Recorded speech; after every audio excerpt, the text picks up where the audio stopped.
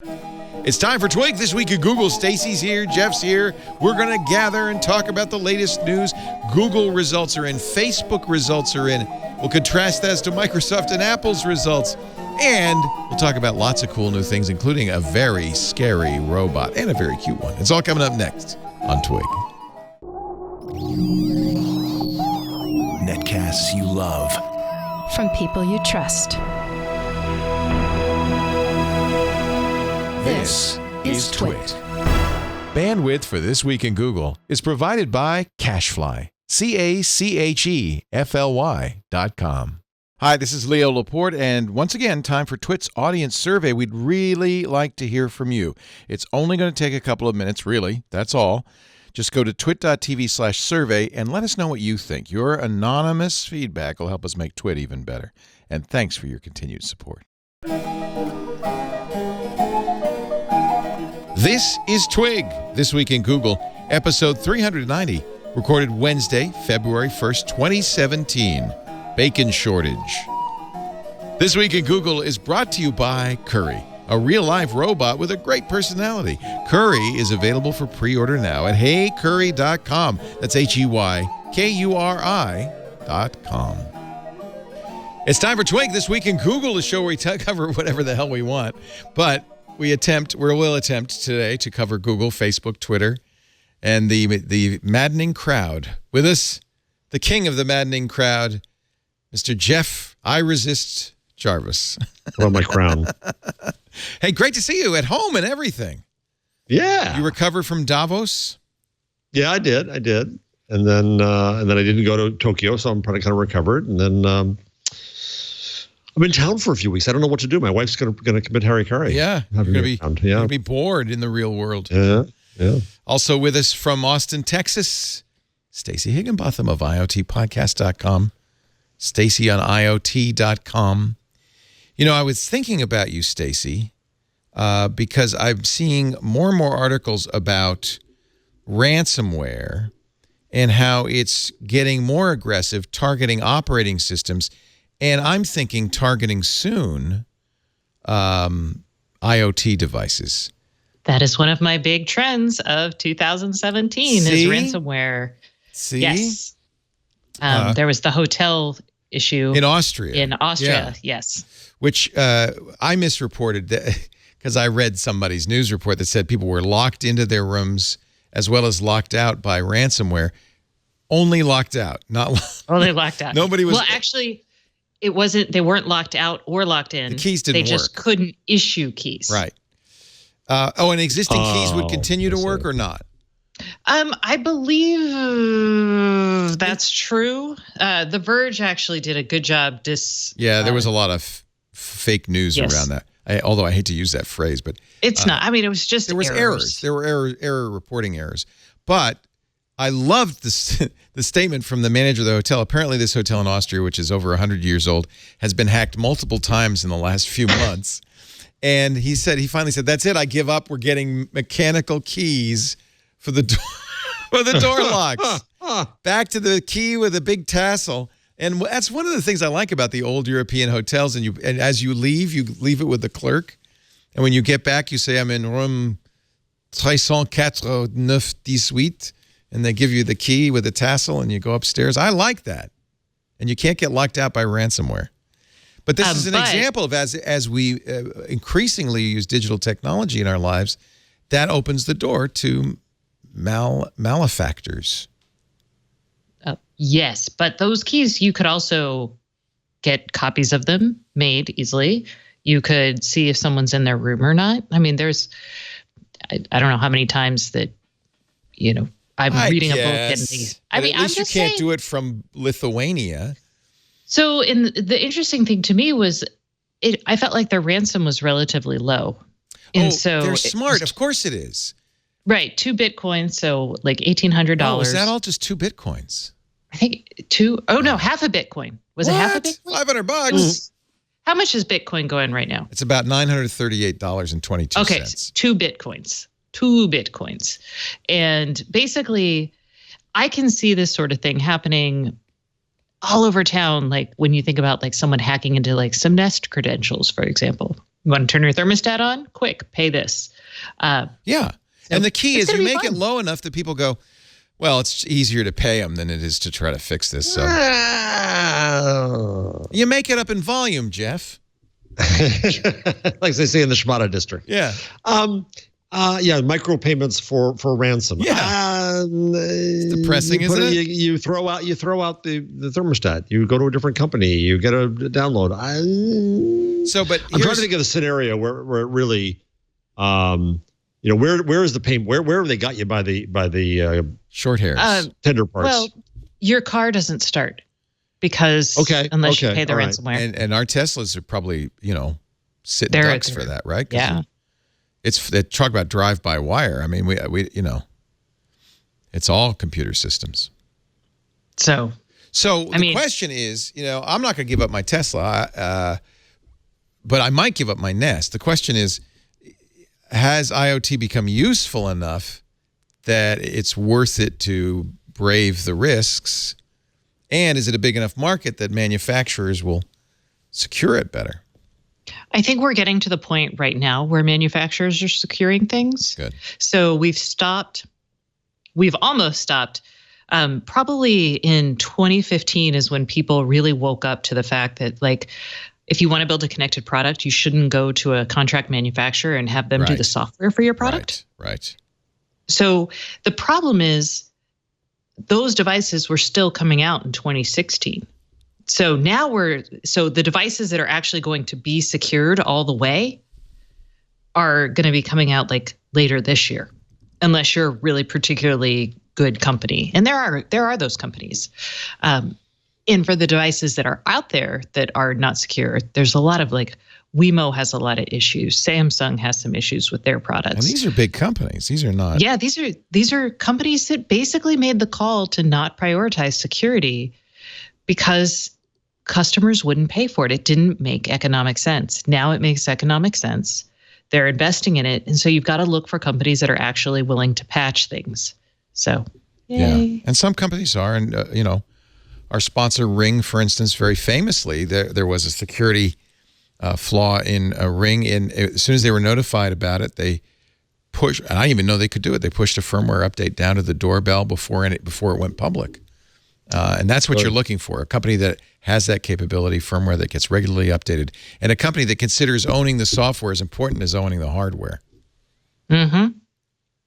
So that's where I think things are going to go. Good. The other thing to think about, though, is these companies cannot, it sounds so obvious, but you can't rest on your laurels. You've got to always be testing and being aware and updating your product. And that's going to suck because not everybody has a business model. That's kind of what I mean. Is that something you can outsource? The software is your product as much as the doorbell or the thermostat. The software is part of it.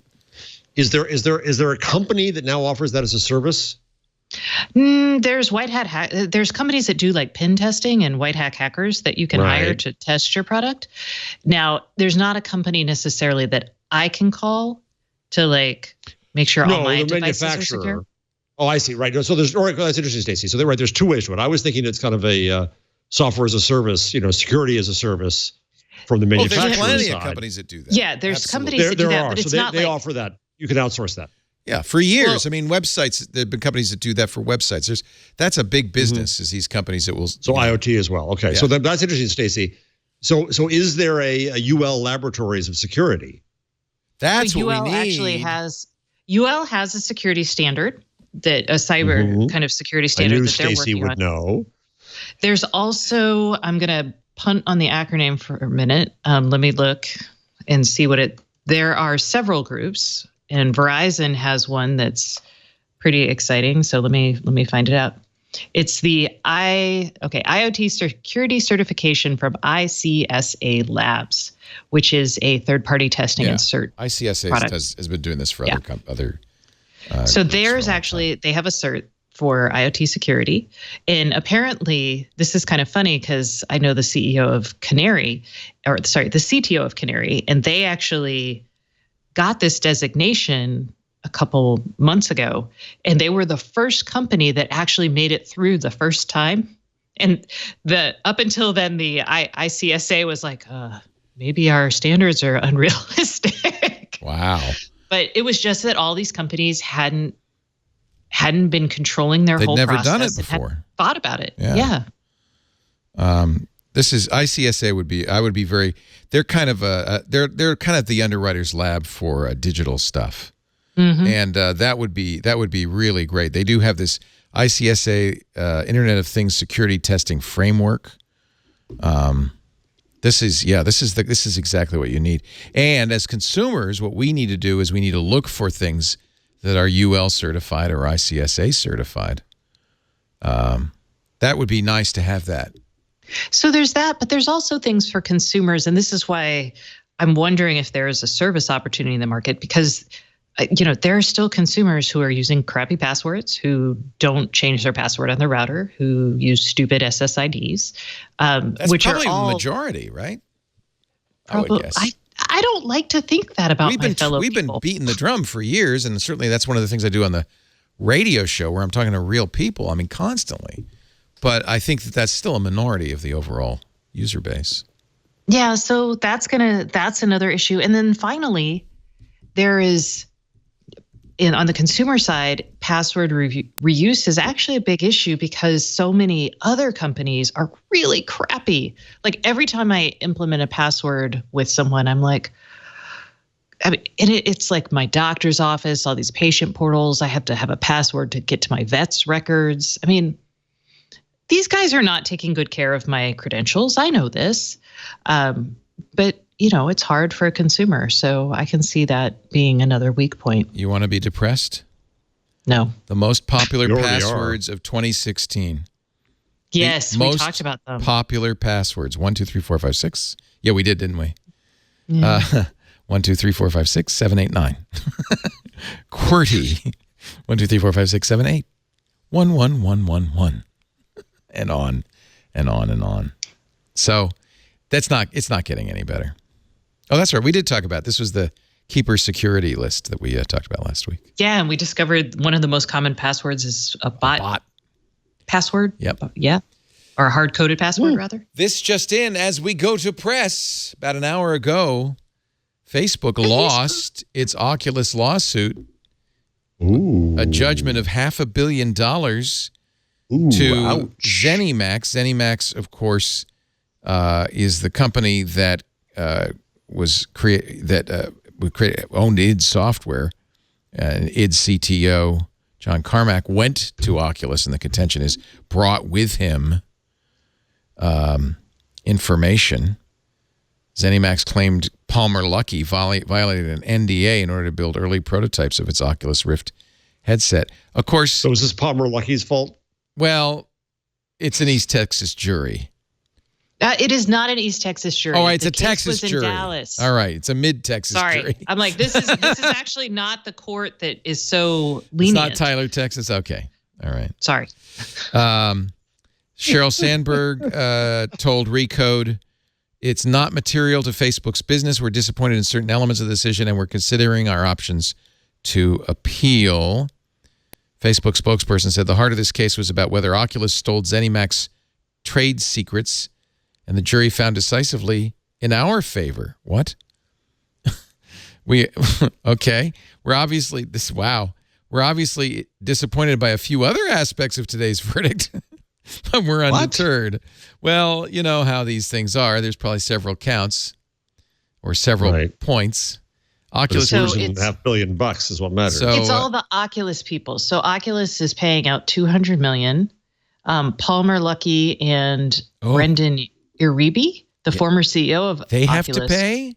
They have to pay. Whoa. And how much do they make on the sale? Well, they can afford it. Let's put it that way. Yeah. So I guess the idea is Oculus $200 million for breaking the NDA, $50 million for copyright infringement. Oculus and Luckey each have to pay $50 million for false designation. Iribe has to pay $150 million for the same. Yikes! Oculus says we will appeal. right. So this is a U.S. district court in the North District. Oh, of okay. Texas. All right. So All right. So this is a somewhat respectable court. somewhat respectable. And Facebook did release its earnings today, and let's see. The next news. I was going to say, how made enough money to pay this judgment. Stock went up 3% today. So what does that amount to? Yeah. Ad revenue's up 53%. That's a decent result. Good Certainly Lord. is. They've got okay, yes. So what were their earnings for the year? Here, I have the Forbes article in 3, 2. Never go to Forbes. Oh, we're talking about that big banner Forbes puts up that says you can go to the article in 3, 2, 1. Revenue rose 51% in the fourth quarter, year over year. All right, wouldn't you like this? Revenue went from $5.84 billion to $8.81 billion in the same period a year earlier. That's considerably more than the consensus among analysts. A record for Facebook, its 7th straight quarterly revenue beat, buoyed by mobile video ad sales, including those on Instagram. Mobile ad revenue, get ready for this, 84% of total ad sales. Oh, and how many years ago were we telling that Facebook was a mobile loser? Yeah. Yep. Well, what we did say is, and this was when Facebook went public, they've got to figure out mobile ad revenue if they're going to go forward. Well, they did. Yeah. Okay. Well, they did. I was curious so they had $27.6 billion in total revenue in 2016, which makes a $500 million lawsuit actually still material. Okay, $500 million is something. I mean, that's what I was like. I was like, they're saying that's not material? No, it's 1/7 of their total profit this quarter. Oh, I mean, revenue. No, I'm talking profit. Profit was $3.57 billion. Oh, so it's 1/7 of their total profit. Well, you don't care what the revenue is. How much did we make? Right. I know that from my business. Well, we had fabulous revenue. Yeah, but how much did I make? Well, we had a lot of expenses. You spent it all on gadgets. You bought a few too many computers, Leo. In fact, excluding certain expenses, Facebook said it would have earned $4.15 billion. They didn't mention what those other things are. Company warned when it reported third quarter earnings last time that expenses in 2017 will increase meaningfully. Right. We talked about that at the time. Ad load, the volume of the ads the company can show users, is less of a significant revenue growth factor this year. So a strong quarter topping a strong year, said Sheryl Sandberg in her analyst call. Businesses are making shifts to mobile, and they're doing it on Facebook and Instagram. Actually, did you see that Snapchat's lost a significant number of viewers to Instagram's stories? Yes. Mm-hmm. Now, here's a little fun thing to think about.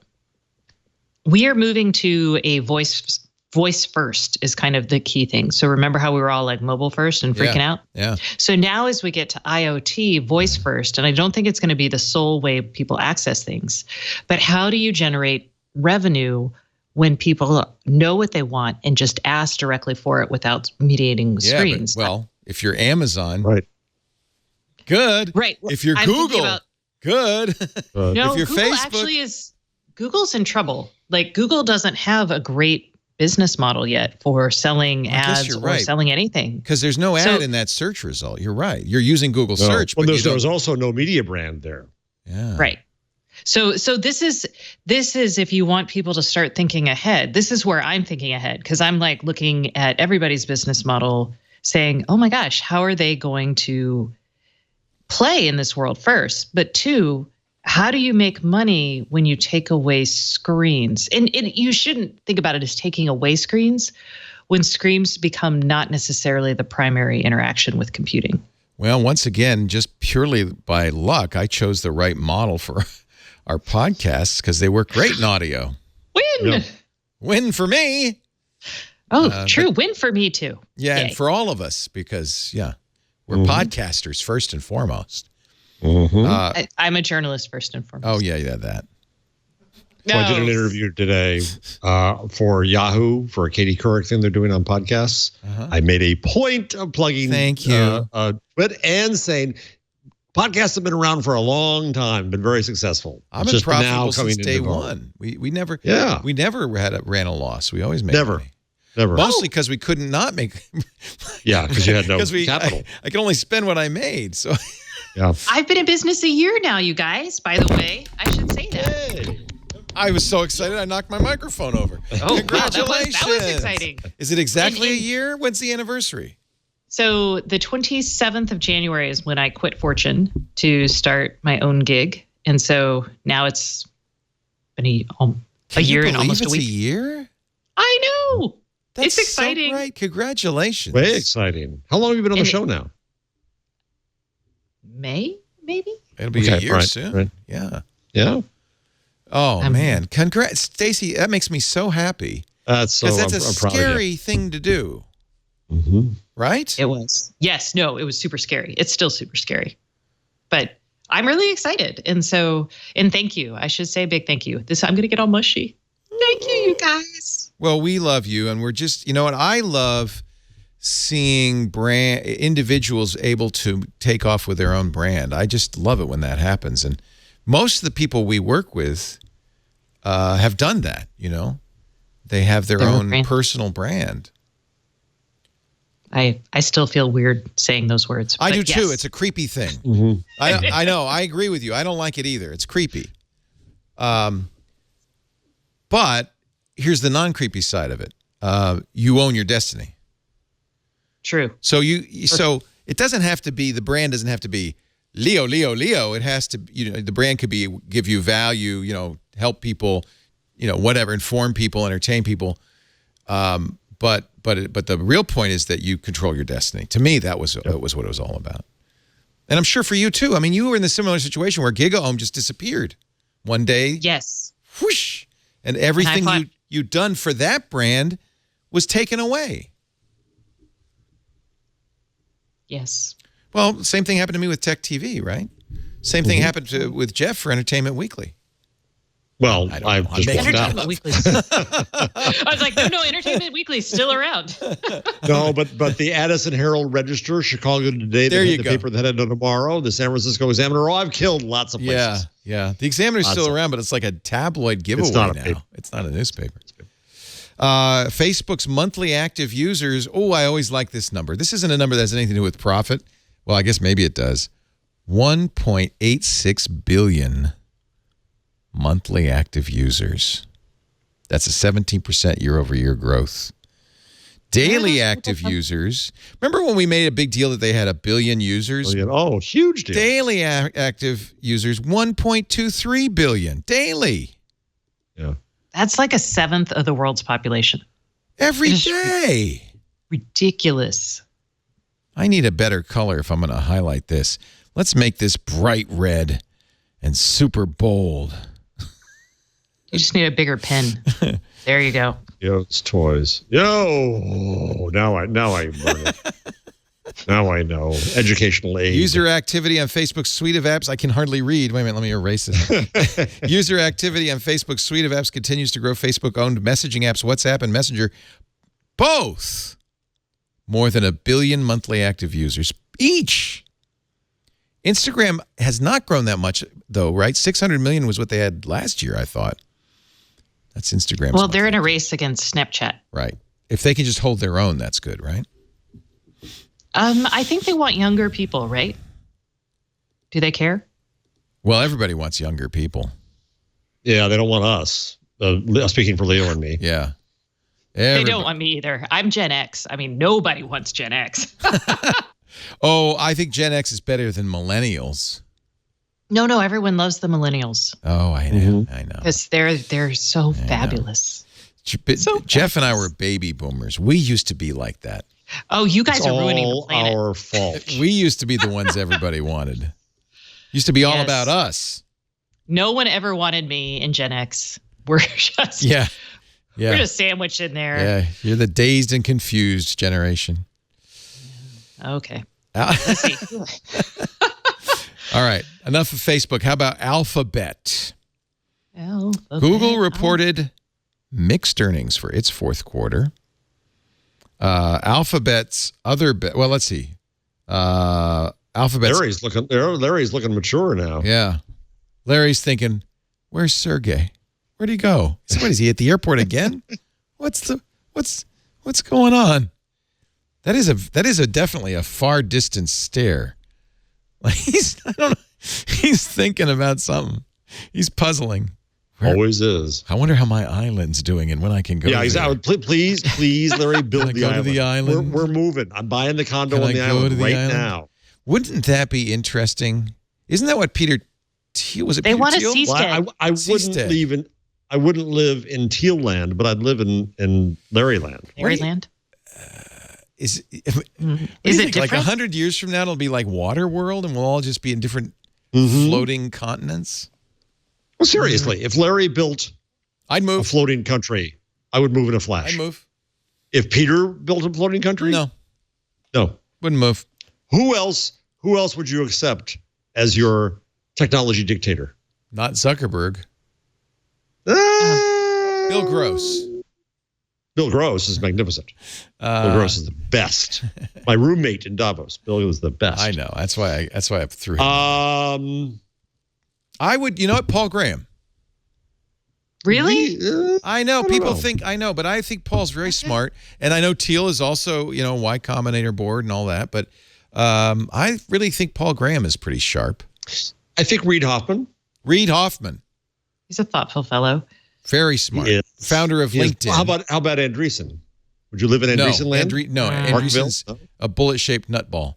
I do like. That wasn't very nice of you, Leo. Oh, you said bad things about me too. I do like.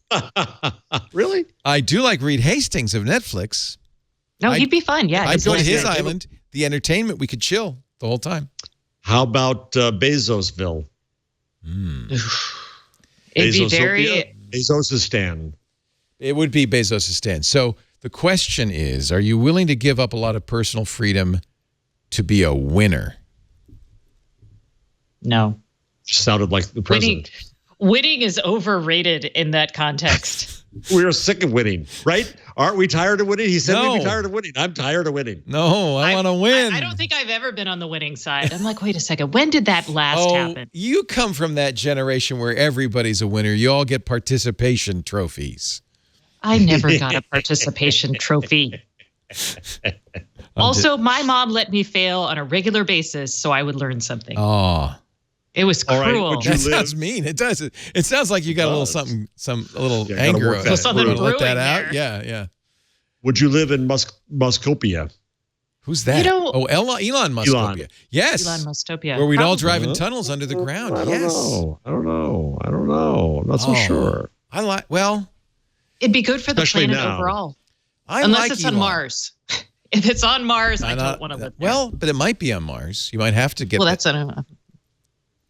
that's Bill iffy. Gates? Yeah. He's trying really hard. Yeah, he's proven to be. So this raises the topic I think we've talked about before, which this lack of empathy issue. Like many of these guys are very smart. And Padmasree Warrior. I would live on her island. Who's that? She was the former CIO of Cisco. No, CTO of Cisco, and now she's the CEO at some electric car company. Okay. I'm bringing out a woman because honestly, that's necessary. I'd rather live on an island that's governed by a woman. I think it's time to give Sandberg. matriarchy a try. Sheryl Sandberg? Because patriarchy not working out so good. Sheryl has some empathy. No, not going to do it. No, not going to live in Sandbergistan. I think the whole country would lean, but I think it'd be a nice place. We'd all be leaning in. The whole thing would be leaning in, but I think it'd be. I think she's got a heart. She has a heart, and she's willing to. The nice thing about a lot of female leaders is they're willing to say, "Oh, you know what?" She acknowledges the flaws and lean in now. And she's willing to let her life experiences shape her in a way that not everybody lets their life experiences shape them. I think exactly. I think she would be an empathetic leader. Yeah. But empathy is that, so that was what I was going to say, is that some of these guys are analytic and very smart. Now, everyone we've mentioned is very smart, very analytic, very talented. The trains would run on time, let's say, but perhaps not in Elonville. In the Elonville, the trains would be persistently late? Oh, yes. Because he's always late for his He's late for everything. Yeah. Yes. Yeah, so am I. So that's why I like him. That's what I want. I want somewhere where mañana. That's why I'm moving to Latin America. It's all relaxed. It's all tomorrow. Whatever. It'll be fine. Just relax. Enjoy life. The Ancola. Anyway. Alphabet's other bets. So Alphabet's other bets would be all the little alphabet companies besides Google. 262 million in revenue. That's like nothing. That's their hobbies. Yeah. But it is a jump. It was 150 million a year ago. Company's losses shrank from 1.2 billion to about 1.1 billion. So when I say revenue, I'm not talking profit because they lost money. So basically, these are not revenue generating projects. I thought their Alphabet's operating loss. Oh, that's an operating loss, not a net loss. Sorry. Okay. Oh, I don't know. I don't know this accounting stuff. Nest, Are they going to hold on? Okay, Stacy, let me stop right there. Nest isn't making any inroads, it would seem to me. Are they going to hold on to this? Are they going to kill it? Are they going to get rid of it like Motorola? What do you think? That's a really good question. I think some of the technologies that Nest brought in, they're still investing in. If they're going to be like, yeah, let's make a lot more thermostats and a lot more cameras. I don't know if we should look for more new products out there. I don't know if they're going to sell it because they still have that $3.2 billion price tag they've got to figure out how to recoup the investment on. They haven't written that down yet? No, it's not been written down. I don't know. No, I would have noticed if they wrote that down. Yeah. So they're still holding out, I would think. But sorry, I interrupted you, Leo. You were going through the list. He's still puzzling out accounting bits. This is so complicated at trying to. Here's revenue. Google is the blue, and if you look really closely, the other bets are the red. Okay. Yes. So the other bets include Access, Google Fiber, Calico. Is that their life extension thing, Calico? No, Verily is life extension. Calico, isn't that the contact lens? Calico, hold on. Nest, Google Ventures, Google Capital, and the X research and development stuff. So you could see other bets irrelevant to the overall aging. Equation. Calico is aging. Calico's aging. Life extension. And so, Verily might be the contact lens. Gosh, I might have it wrong. Verily, my bad. Thou hast it wrong. Verily is life sciences. Okay, Verily is also. Both of them. All right. Both of them. Now I should remember who's doing the contact lens. See, that's the problem. Is none of this stuff is productized, right? It's just. Do they even mention the cars? Whatchamacallit? Waymo? Waymo's, no. Oh, Verily was the contact lens, but it doesn't really exist. It was just somebody's bright idea. So there we go. So that's the other bets. Let's look at Google earnings. There it is. Google and Novartis won't be testing the smart contact lens after all, says that story in Fortune magazine. Ooh. Whatever happened to Fortune? After Stacy left, I stopped reading it. No. Actually, you know what? Matthew Ingram's been writing. Still there. He's been writing some great stuff of late in Fortune, and he's really his beat has broadened a lot. He's writing about life and politics and all sorts of stuff. Well, he writes about media, and politics is a huge. I guess it's a big part of media, isn't it? Yeah. Let's see. I'm trying to find the Google earnings broken out. Google earnings. So just the Google business. This is way too broken out. I can't. This is like EPS cons surprise. It looks like they failed to meet expectations. It was a negative 31 cents per share. Revs, 26.04 billion in rev. Maybe I can get the details. Let's look at the details. This is why I can't invest money. Oh my gosh! This is 3 months ending December 31st, 2016. That would be the current quarter. $26 billion in revenue, increase in revenue year over year, 22%. Nice. Generally accepted accounting practices, operating income $6 billion, operating margin 25%. Now, Apple's, to contrast, operating margin is like 40%, but hardware always a little bit more. Okay, valuable. is that operating to operating? Is it or GAAP is to that- non-GAAP? I don't know. You're asking me that? Are you asking me that? Okay, no, I wasn't. I was asking if it was operating or net. So just revenue and net income. That's where you should just focus for now. Yes, revenue and net income. So not operating, just net income. Right. Because that'll take out all operating will screw you up. EBITDA. EBITDA. So I don't know what the answer to your question. No idea. Next time, I'm going to look ahead. Would I you will grab please my read Google Yes. You here, could. let me- Sounds like you can read a balance sheet. I can. I took the Chartered Financial Analyst exam. What you did is I did. to be a better reporter. Yes. Good. Google. Effective tax rate. Okay. So I always look at that. I don't know why. Mainly because I get jealous. Because as normal people, our tax rate, 30, 40, 50%. Apple's 26%. Google's 22%. They paid 22%. And you know why that is? Because they're offshoring all their profits.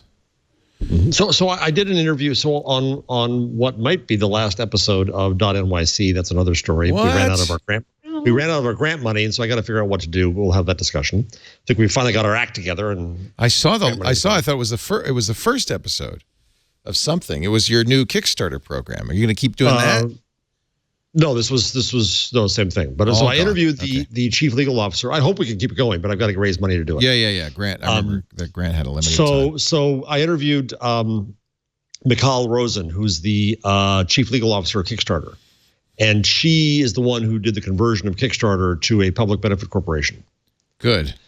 And really, really interesting. If you look up .nyc, you can see it yesterday. She's fascinating. And it's just 25 minutes. That sounds great. I'll watch. But in a CPB, you list the things that you're going to hold to. And one of them is that they'll pay their fair share of taxes and they won't go through various tax shelters like this. And that's a way that they're warning their shareholders that we ain't going to minimize taxes and thus maximize profit through that direction. Interesting. Because the problem is if you are a regular corporation and you have fiduciary responsibility to your shareholders, the reason I defend the Googles, Amazons, Facebooks, Starbucks and such is that they do have to minimize their taxes to maximize their profit. Although you can make an argument that maximizing your profit is not the only thing that you have a fiduciary to do, fiduciary duty to do for your shareholders. You can actually, there's some really interesting writings about this in business schools now in the last couple of years about what constitutes fiduciary duty. Because I could well agree with you, but what happens when you have an activist shareholder coming after you? Well, that's why this is so fascinating. That's becoming part of the legal theory. So, and you could get economists to say, you should take into factor externalities like legal costs. Do you have a fiduciary duty as a big company not to pollute the river your workers all come in from, or the ground underneath where your workers live? I don't know. So, okay, sorry, total segue or total side thing. Go on, Jeff. We call those a rat hole. We used to have a rat hole jingle. I was going to go. Merlin Mann recorded a rat hole jingle for us. We did so many rat holes on Mac Did Break we have Weekly. that? No, it was on Mac Break Weekly. Oh, it was Mac Break Weekly. Okay. Rat hole.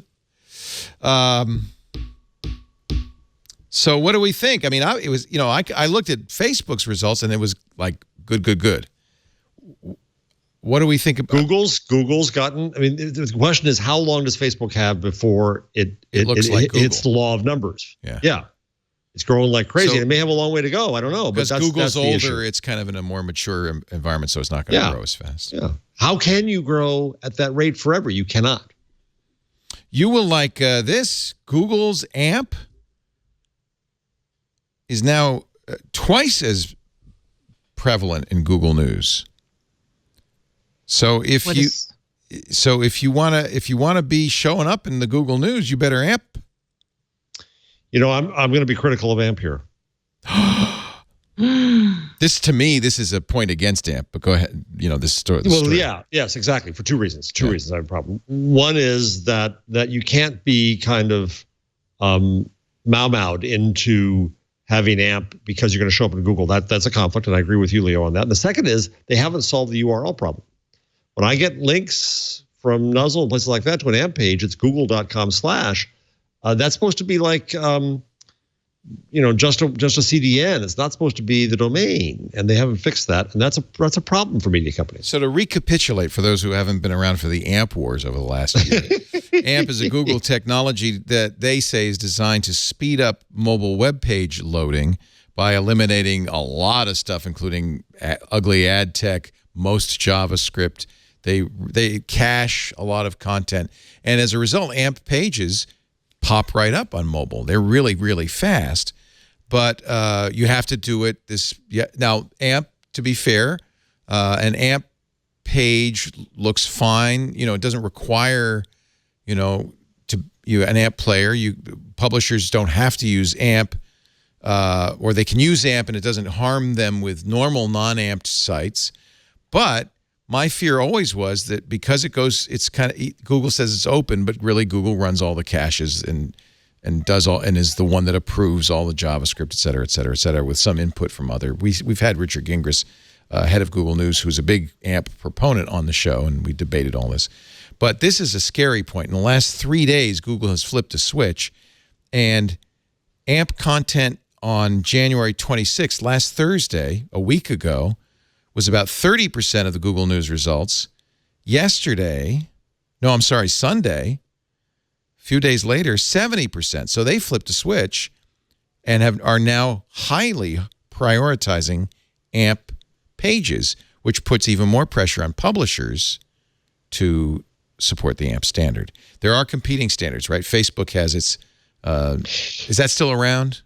Oh, yeah, instant articles? Oh, Instant absolutely. articles, yeah. Absolutely. Yeah. I think Google's goals are laudable, but I worry a little bit that it's a little bit of a grab of web standards by. I don't think that was the goal. I think they're sincere when they say that they're defending open standards, but they've got to get there now. Yeah. You could and as Bleak is pointing out in the chat room, you don't have to use Google's caching. You could cache it yourself. You can run your own AMP server if you want.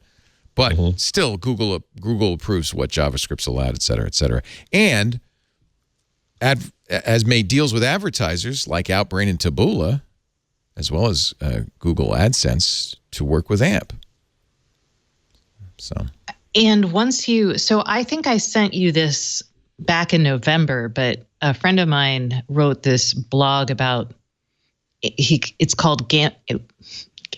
Google's AMP is a gilded cage. Yes. And he basically talked about how once he installed it, all his pages went to a certain place. And then now when he decided to uninstall it, he was hosed. Right. And the link stopped working. Yeah. Yeah.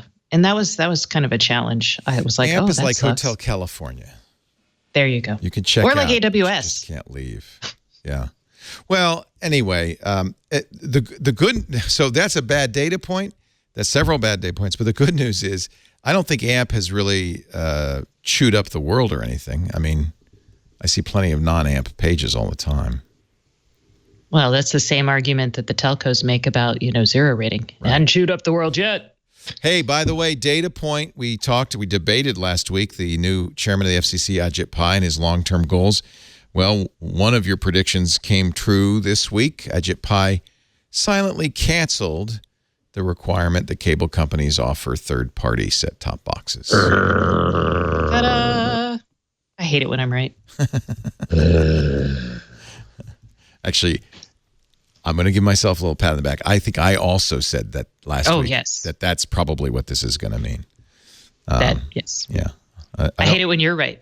We're both right. We'll see what happens with net neutrality, but I think that's a very anti-consumer move, frankly. I think consumers really would love to be able to run something besides the junky box the cable company rents Well, you. and the cool thing is it was basically going to turn your television screen into what is the internet, because it would let people run apps and search and it was going to be and innovate.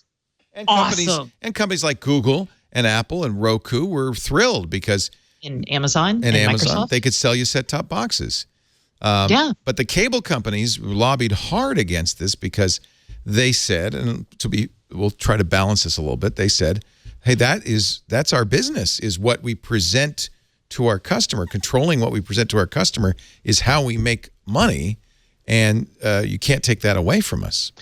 So what's interesting there is it feels, and the parallels are not all exact, but Carter Phone and AT&T is kind of where it feels like for Carter Phone was a famous, I think it was a Supreme Court, was it? No, maybe it wasn't. It was. Carter Phone was Supreme Court, I believe. Decision that allowed third-party equipment to be used on AT&T lines. AT&T wanted to require you to buy those old Western Electric hard rubber phones, and the Supreme Court ruled that AT&T's contention that it would be bad for service if we allowed third-party devices, untested third-party devices on our lines. The Supreme Court said nope and opened up for competition, and you could see what a difference that's made. Let's see. The FCC made a decision. Did it go all the way to the courts? Oh, I'm sure. Yeah, that was definitely a court case. Oh, it was 40 years ago. What's the date? 2008. Oh, okay. That's an old 2008. story. Okay. You know, this is this says 48 years ago. This is only saying it's FCC decision. Okay. But was it Carter? Really? No, Carter took AT&T and General Telephone to federal court. In 1966, the Court of Appeals for Fifth Circuit agreed they would decide the suit, but the FCC at that point ruled, and I guess that means... this just says it's a landmark regulatory decision. Yeah. That means the FCC made the decision. Yep, that's right. And effectively making the court case irrelevant. Ta-da! Okay. Very nicely done. Facts. Wikipedia. Yes. Okay. For the win. For the win. Yeah. All right. Anyway, we're not going to see a Carter phone with cable companies. No Carter phone for you.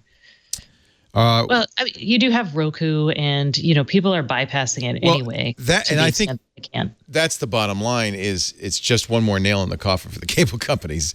They probably didn't see it that way, but it's just one more reason for people to cut the cord, get rid of that $7 a month or whatever it is rental fee, and that crappy box, and do their own thing. And the cable guys know this is coming, but like any good business, they're like, well, how long can we milk this? They're holding on. What else can we add to these fees that people pay? Holding on as long as they can. And I can't blame them for that. Yeah. All right. Well, I can blame the FCC for not ruling. The FCC had approved this, but it was rolled back by Ajit Pai. Sigh. Oh wait, is the Super Bowl? Is the Super Bowl? The Super Bowl. It's this week. Is it going to be? It's this week. It's is Sunday. It going to be on cable, or is it streamed, or what's the deal there? Both. If you're a Verizon customer, you can watch it. Verizon has an exclusive with the NFL. BIOS? No, on the phone. On your phone. Oh, like I want to watch the Super Bowl on my phone or tablet. Yeah. Well, you could cast it to the screen. Can you cast it from their apps? I don't know. It depends on Verizon. I don't know. I don't have a Verizon. As one might know, I don't have a Verizon phone. Yes. I have a Verizon phone. I'm not watching the Super Bowl, but I am interested in the Puppy Bowl on Animal Planet. So that I would like also to have that be streamed. My daughter is team Fluff, and I am team Rough for this year's Puppy Bowl. So. You know what reminds me of the Puppy Bowl? The U.S. media. You ever? I was thinking about this in the shower. The master of the segue. I was thinking about this in the shower this morning. If you've ever watched 5-year-olds play soccer, right? Mm-hmm. They just chase the ball. There's no strategy. It's just like a blob around the ball all the time. And I'm thinking that the U.S. media these days is like that. That all President Trump has to do is tweet. Nearly as cute, though. Yeah. They just have to tweet or whatever, and suddenly the story's over there, and they all run over there. Squirrel. So This is something I have thought about a lot, partially because I write about things that many people are not interested in. You need to make more puppies. Right. Well, I do think that. The internet of puppies. There you got it. The challenge for media is there are people who sound the alarm and say things and write stories, but if they don't get picked up by some ineffable, and I'm not talking about going viral, I'm just talking about. You're right. Because ultimately the news media covers everything. Right. It's just, what do people notice at the time? Yeah. But I'm thinking, I think that the predominantly, though, the networks and the cable news networks kind of drive the agenda, right? So what they're covering, it doesn't matter if, some blog somewhere is covering. Well, that's my thought. That's the tough thing. So here's a super techie example. I was writing about the peering debates in actually doing real reporting on that, about a year and a half before other people were. Right. It was too complicated for real people. Oh, God, it was so complicated. Yeah. Every story was 1,000 words just to explain it. Yeah, I was like, oh, God. Although after doing that, I could 30 minutes, I could churn out 1,000 words explaining peering, metaphors, go. And then tiny little bit of news on top. But that was a story that had legit interest and impact. Yes, it was complicated, but even things like broadband rural access or digital divide, that was a big story. And I had been writing about it forever. And then I think it was the Wall Street Journal picked up on it, and they had those kids unable to get their homework assignments. So they were working at McDonald's, which was a great lead that I did not have. Data caps were another one that I'm it's just not ready until it's ready. I don't know how else to say it. Well, the reason, of course, we're not going to get political, but the reason I was thinking about it is I was thinking how with the nomination of Gorsuch, Neil Gorsuch as our Supreme Court, next Supreme Court justice to take Scalia's seat, all of us like a bunch of 5-year-olds. That's going to be the story for the next 6 months or 3 months or however long it takes. And meanwhile, Russian hacking, conflicts of interest, none of that is on the map anymore. And if one were a savvy media person, one could manipulate the media pretty effectively. Yes, one could. Because they're like 5-year-olds playing soccer or absolutely puppies in the actually puppies in the puppy bowl are not a good example because they don't even know about the ball. They're scratching their ears, they're looking around. Ball, what ball? You don't need a ball in the puppy bowl. You just put puppies in a cage or an arena. So it comes back to our business model of chasing clicks. There was an op-ed this last week, though, that said that CNN should be broken off and it should go for not-for-profit. It's a journalist having a fear of profitability and capitalism, which I think is kind of ridiculous. Well, there is a case to be made that since the Time Warner AT&T merger is up in front of government regulation and CNN is owned by Time Warner, that there might be some subtle pressure on CNN to toe the line until that merger is approved, right? Though you know who is feuding with CNN. Right. So right. That's the point. Is CNN better shape up or you're not going to get your merger. Mm-hmm. So there is a point to be made that for-profit media may have vulnerabilities that nonprofit media doesn't. But what is nonprofit? ProPublica, right? There isn't a lot. Mother Jones is nonprofit. Is it? You can't say public broadcasting is because they're being held ransom right now with the National Endowment for the Arts and the CPB. So. Yeah, all those who say in Europe, you should have a BBC. I said, imagine a BBC under the present regime. No, right. No. Right. No, Voice of America is going to start playing. So we need to, I guess what it is, people need to support journalism. Go ahead. I'm sorry, Stacy. No, I was going to say I've talked to a couple journalists because they're friends of mine at various publications. And it's actually a little disturbing because there are some who say that their publishers are cracking down on their columns. There's a couple who've had headlines changed or stories rejiggered to be less antagonistic towards the current. I see that happening. And me too. It is happening. Right. And that's actually, I'm very curious because I've never actually worked in a very political area. And at GigaOM, our focus was, the consumer comes first. That was always like how we wrote all. Look That what was our happened point at of view. GigaOM. I know. What a mistake that say was. No, it gets. At Fortune, I had one headline changed, but I could kind of understand where they were coming from. Yeah. So, I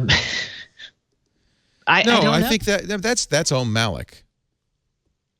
The consumer first. Yes. Oh yeah. That's when you, and that's what you need. You need a leader who says this is our value. These are our values, and these are the values we're going to adhere to, regardless of clickbait. But you might do it at your peril, from a business point of view. I don't know. Anyway, that's not political. That's media commentary. Okay. File under media commentary. Let's take a break, and then we're going to talk about fun things like robots, scary robots. Robots. I have a robot. I don't know. I don't think we want to talk about Android because we've got this great show the night before, every Tuesday night with Jason Howell and Florence Ion and Ron Richards, called All About Android, and they really cover it pretty darn well. So I don't see anything really pressing. I do want to do, Stacy, and you can help us with this, more coverage of Echo and its ilk. Right? I have a really good new Echo skill that I'm going to share with you later. Ooh, is it Starbucks? Better than Starbucks. Okay. Ooh. Is it a HIIT workout? Because I really want a high-intensity workout skill. There are some very good ones on there. Haven't you found them? Google Home has a new one, too, that's very nice. I like it, too, for us old people. Stacy wants to work out for 7 minutes a day. No, but I did the 7-minute workout. That's not exciting. Yeah. I want like a 25-minute HIIT workout. Okay, keep going. Okay. Well, we'll find one for you. Chat room, there's your assignment. Please. Ad read. And God is unverified at Facebook. Oh, the Amazon Echo is available in the UK chat room. Oh, good news, but not all the skills. Nah, I don't know about that. Yeah. Our show today brought to you actually by a very cute little robot I met the other day named Curry. And Curry is just the cutest darn thing, about knee-high. I really am starting to think that the whole premise behind Curry and how I understand Curry is that this will be your first robot. Like your kids 20 years from now will say, oh, yeah, I remember when we got a robot. It was so cute. Curry is, kids love Curry. I've seen kids interact with Curry. Curry is just a couple of feet high. He or she, I don't know. I'm saying she because she looks like Rosie from the Jetsons a little bit. I thought you said it was a he. They say in the copy that it's a he, but then I asked him when I went down, and I said, I really feel like calling it a her. They say, well, we just, whatever you get to do, you get to choose. Curry, though, and they did some really interesting things. In fact, they have a T-shirt they have two T-shirts, one that says Curry does, and one that says Curry doesn't, because they very consciously decided to not make Curry look humanoid exactly. You know, no limbs. It doesn't walk. It rolls around. It doesn't have a voice. Now, it can read to you and sing and make music, but it doesn't talk to you. It has distinct chirps for yes and no. It shakes its head. Its eyes follow you around. There's a wonderful idle mode where Curry will just just stand there while you're talking, and she'll just look at whoever's talking and then look at the. It's so cute. Pretty soon, you feel like there's a person. This is a person. And it's so, I think this is the kid's first experience of Curry. Now, that Curry does do some very useful things. For instance, you can have Curry come and wake you up in the morning, start playing your favorite newscast or podcast, have it start this week in Google, and then you could say, Curry, follow me. And then as you go about your morning routine, you go cook the bacon and eggs, go get on the treadmill, whatever, she'll follow you around and continue to read to you. She does not fall downstairs. She's smart enough not to do that. In fact, she's mapped the whole house. And you can name the kitchen, the living room. So you can say, Curry, go to the kitchen. Curry, go to the living room. See what the dog's doing. Curry has in her right eye there, she has a very good camera, which you pair with your phone so you can see what she's seeing. If there is a loud noise in the house, she'll go investigate and send you images. She recognizes you, different people. She recognizes different sounds. You can always see the saved videos and photos Curry has taken, so you can see what happened earlier today. But I think part of it is just that she's really cute, and it's like, I'm telling you, your kids will say, "Yeah, we had our first robot," and around about 2017. I remember when we got her. Now Curry's not out yet, but you can go to the Curry's website, HeyCurry, HeyCurry.com, and put down a refundable deposit for a pre-order if you want. No commitment, just a $100 refundable deposit. Curry will be $5.99 remaining at time of shipment. That's excluding tax and shipping.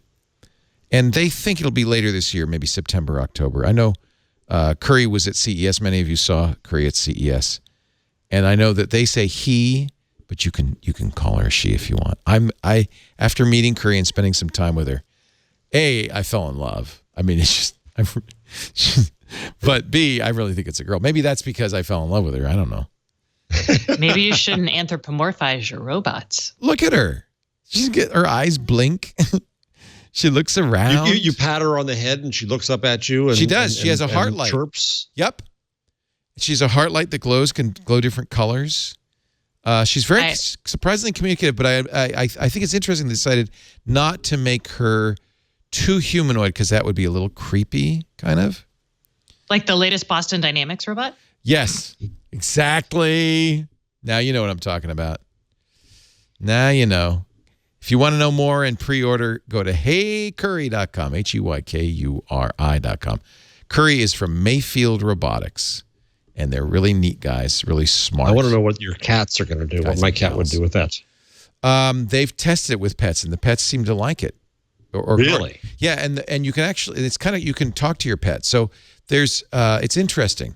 I think the pet really, I'll tell you what, we just lost our dog, a couple of weeks ago. It's very sad. And the house seemed really kind of dead and quiet.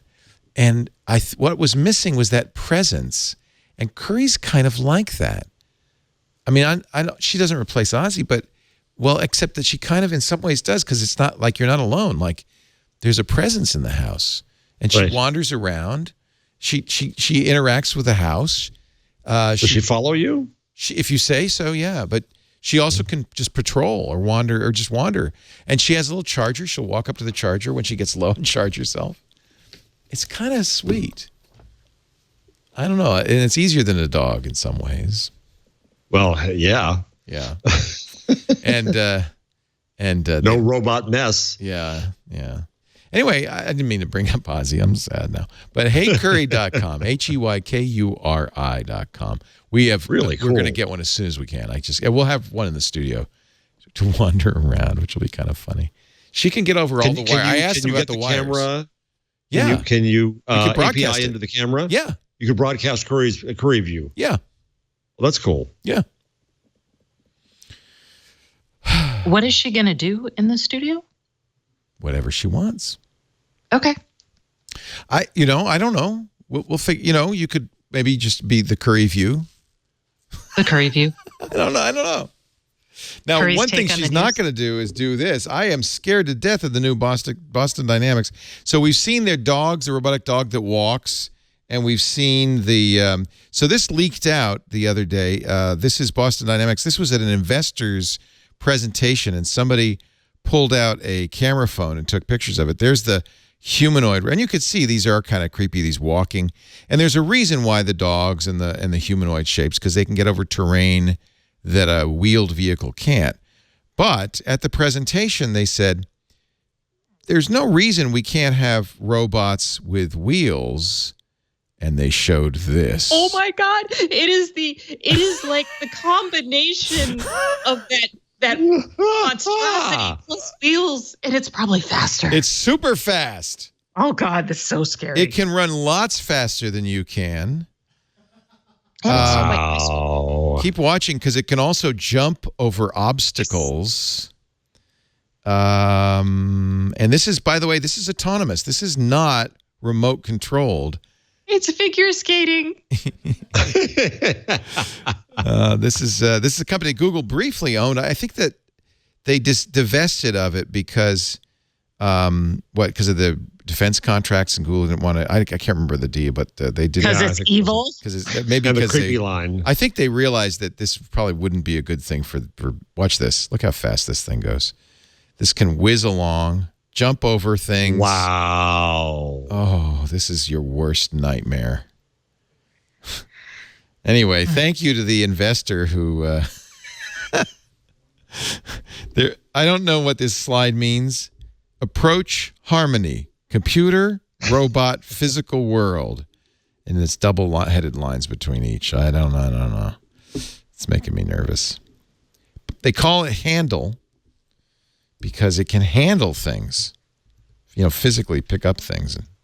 Big Dog, that's the scary one. Big Dog's a scary one. Oh, But- Boston Dynamics is still a wholly owned subsidiary of Google. Oh, I thought they were going to divest. Oh, good. I guess. Hey, we were speculating. We mentioned last week that Hugo Barra had left Xiaomi. And we just missed the news. We just missed where he's going. Shortly after we left the air, we found out he's joining Facebook as VP of VR. And there's a VR look at Hugo and Mark. That's not creepy at all.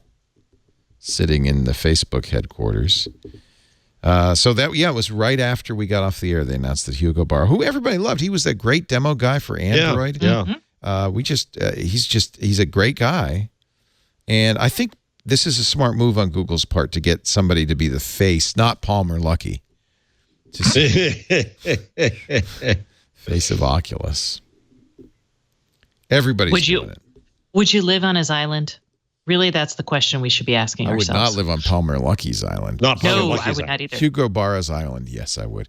It'd be great. There'd be tapas. So I every keep on afternoon. getting every single media company I talk to says the same thing. VR, isn't it just and I say, well, I don't know. Google and Facebook are investing a hell of a lot in it. And the media people say, really? Not just Google and Facebook. The NBA is going to do a VR, a 360-degree game of the week every week. You can watch it with your Google Cardboard, your Gear VR, or your Google Daydream. The next game is February 7th. Trailblazers at Mavericks. So remember 3D? Yeah. Whatever happened to that? Yeah. There was a lot of investment. I don't know if there was this much investment, but I don't think the market was as frothy either then. So, and it may be that we just haven't hit a tipping point and we're about to. So but I gotta say, VR to me still has yet to be compelling in a way that you know what? I am completely in agreement with you, Stacey. And I am equally oppositely bullish about augmented reality.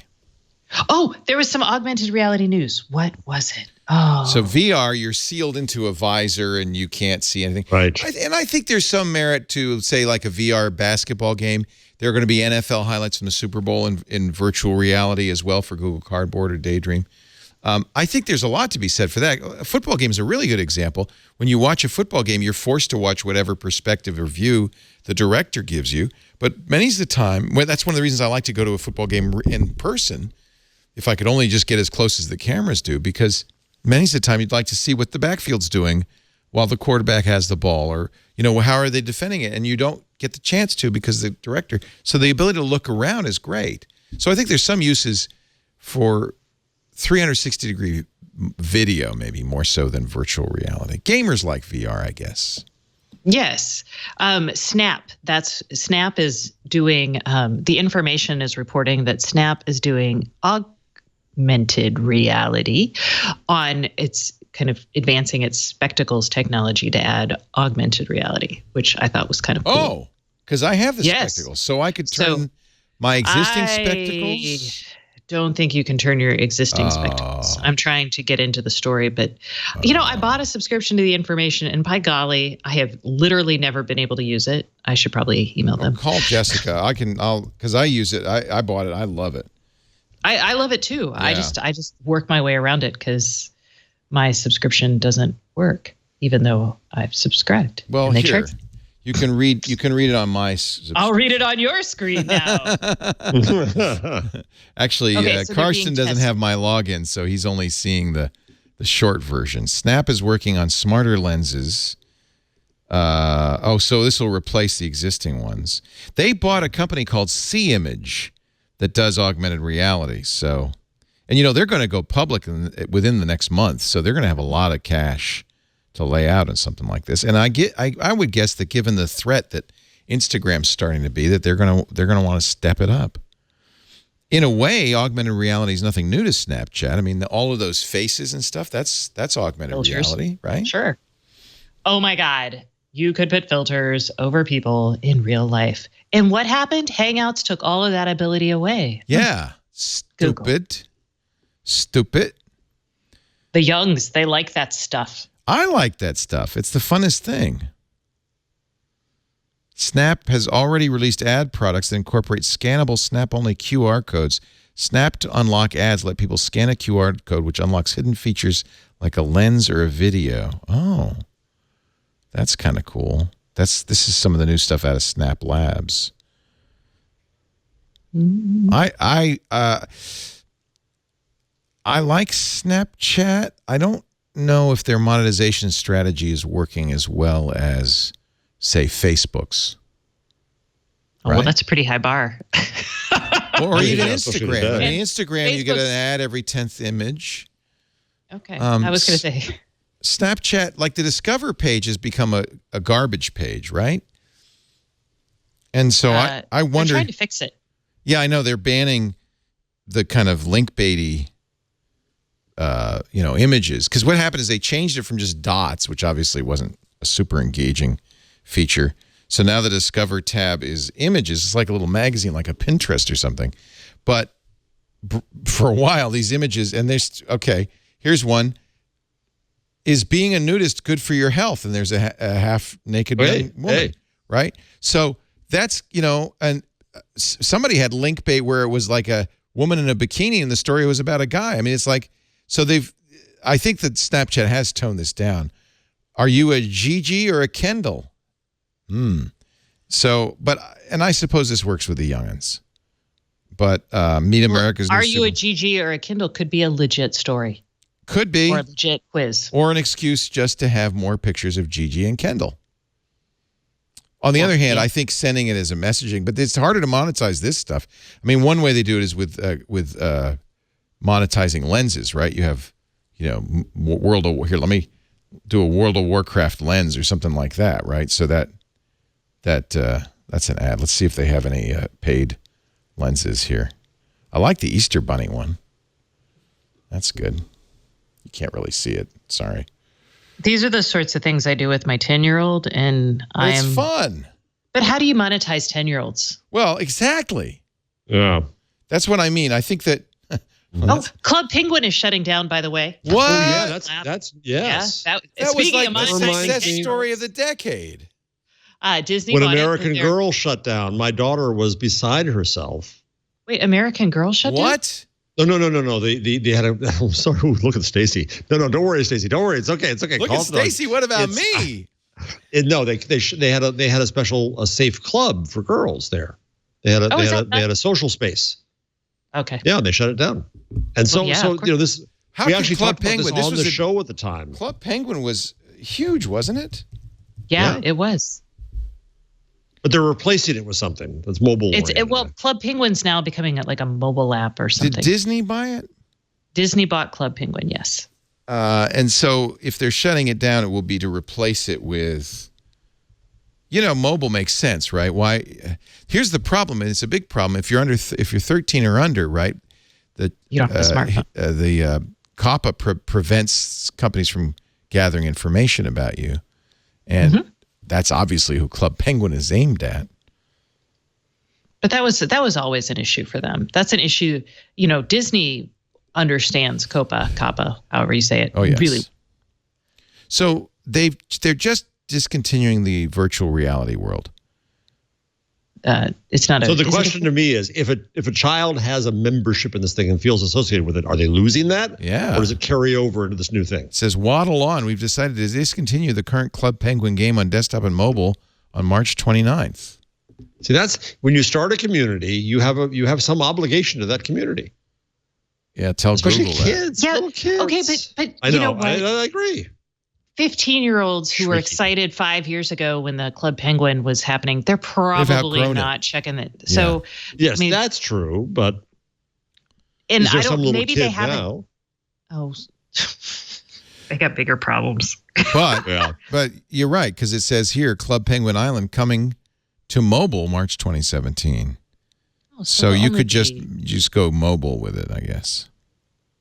But how many kids? I mean, my child is in 5th grade, so she's 10. She doesn't have a smartphone. Right. She might get one next year. It's unclear. Right. I don't think so. Like, That's a It really makes good point, sense. Stacey. yeah. So, and she can only have my phone on certain occasions. Not in they're few and far between. And somebody in the chat room says, Bleak says, why would they close Club Penguin before opening the alternative? Wouldn't you want to kind of run them simultaneously for a little bit, transfer people over? That's was what my that's what thought. I'm saying. Yeah, create a transition for them. Yeah. As of today, God's page has been unverified by Facebook. I had trouble understanding this one a little bit. I put it up there. They verified God. It was too good a headline.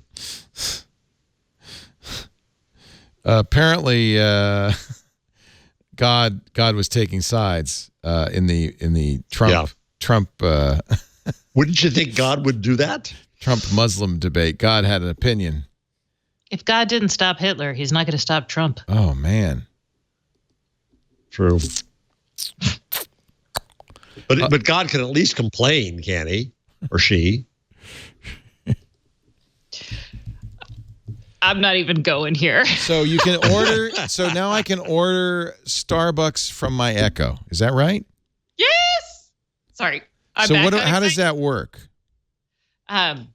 You have to have the Starbucks app, and then you basically tell the Echo. You say, "Hey Echo, order me a venti grande, whatever flavor or size rather," and it will actually handle things like a, I don't know, half calf soy latte, with macchiato, or I'm trying to think of the most obnoxious Starbucks orders, but I don't order them, so I don't know.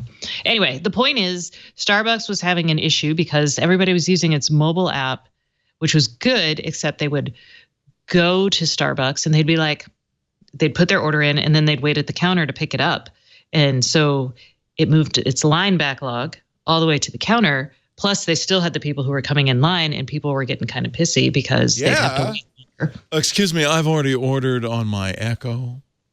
I will say, so it's not common in Austin for people to really do this, but when I was in San Francisco, I was just like floored. I was like, nobody I waits looked in in and I'm like, line. the line was super short. So I was like, sweet. There was like one person. So I'm like, all right, I'm getting a coffee. We'll be with you in half an hour. Exactly. I ordered my coffee, and then 14 people came and walked in and picked up their coffees or waited around to pick up their coffees. And I was like, You know what that's like, Stacey? You know what that's like? I can empathize with you because that's what happens in Chipotle. you could You order think you're at the head of the Chipotle? line, and then they got a list like that in front of you that they got to make instead of you, who's standing right there staring at the black beans. Oh, It's not fair. Oh, that would be tough. I is. still Okay, like so- the idea. So I can order it, I can get in the car, go get it, and be here all in one swell foop. Or you can get a coffee pot. All right, I'm going to give you another Echo. Sorry. Echo skill. I should just name it computer, right? That would never set it off. So that was my challenge to Kevin, but he didn't do it this week. So To rename his Echo to computer? yeah, because he was complaining it I would did be it. terrible. So was it bad for you? No, it's funny because it's in my office and I was doing the Tech Guy show, so I probably said the word a few times. No, I think you have to say it more intentionally. Computer. Okay. So what you need to do is go to your app, the Echo app, and enable a skill called Ditty, D-I-T-T-Y. Have you seen this one Oh, I yet? read about this. Yes. I don't want this, but keep going. you turn on Ditty and you say anything you want, and Ditty will turn it into a song. They have fast songs, slow songs, and football songs. here is an example. And by the way, after it makes a song, it says, okay, you want me to share that? And I said, yes. And it just put it right up on Twitter. So now I can tweet songs. Oh, God help us.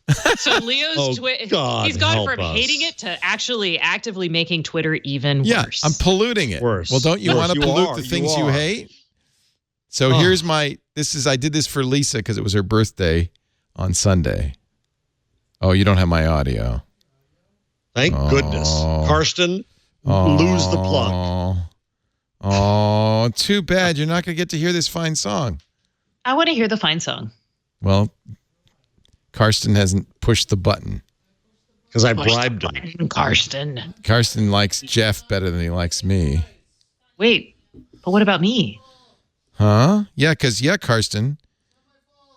Oh, yeah, wait a minute. Let me turn it up here. There it is. Now you got my audio. It's your fault. It was my fault. Ready? Hold your ears. Happy birthday, Lisa, we love you. Happy birthday, Lisa, we love you. Happy birthday, Lisa, we love you. Happy birthday, Lisa, we love you. Happy birthday, Lisa, we love you. It did that. And you thought Twitter couldn't get worse. I await the moment when the president of the United States discovers this. Oh, man. You know what? I want to create an alternate Diddy Trump or P. Diddy Trump. And I'll just take any of his. Oh, can you take his existing tweet and make it into a song? Yeah. Can you just take anything? Do it. You can do anything. Go cut and paste one of his tweets. Oh, you don't have into to a cut and song. paste it. You do it verbally. Shall I start doing that? Make a new account. Diddy Trump? Wait. Let's take I don't know if you let's can do take a something that Donald Trump long. tweet.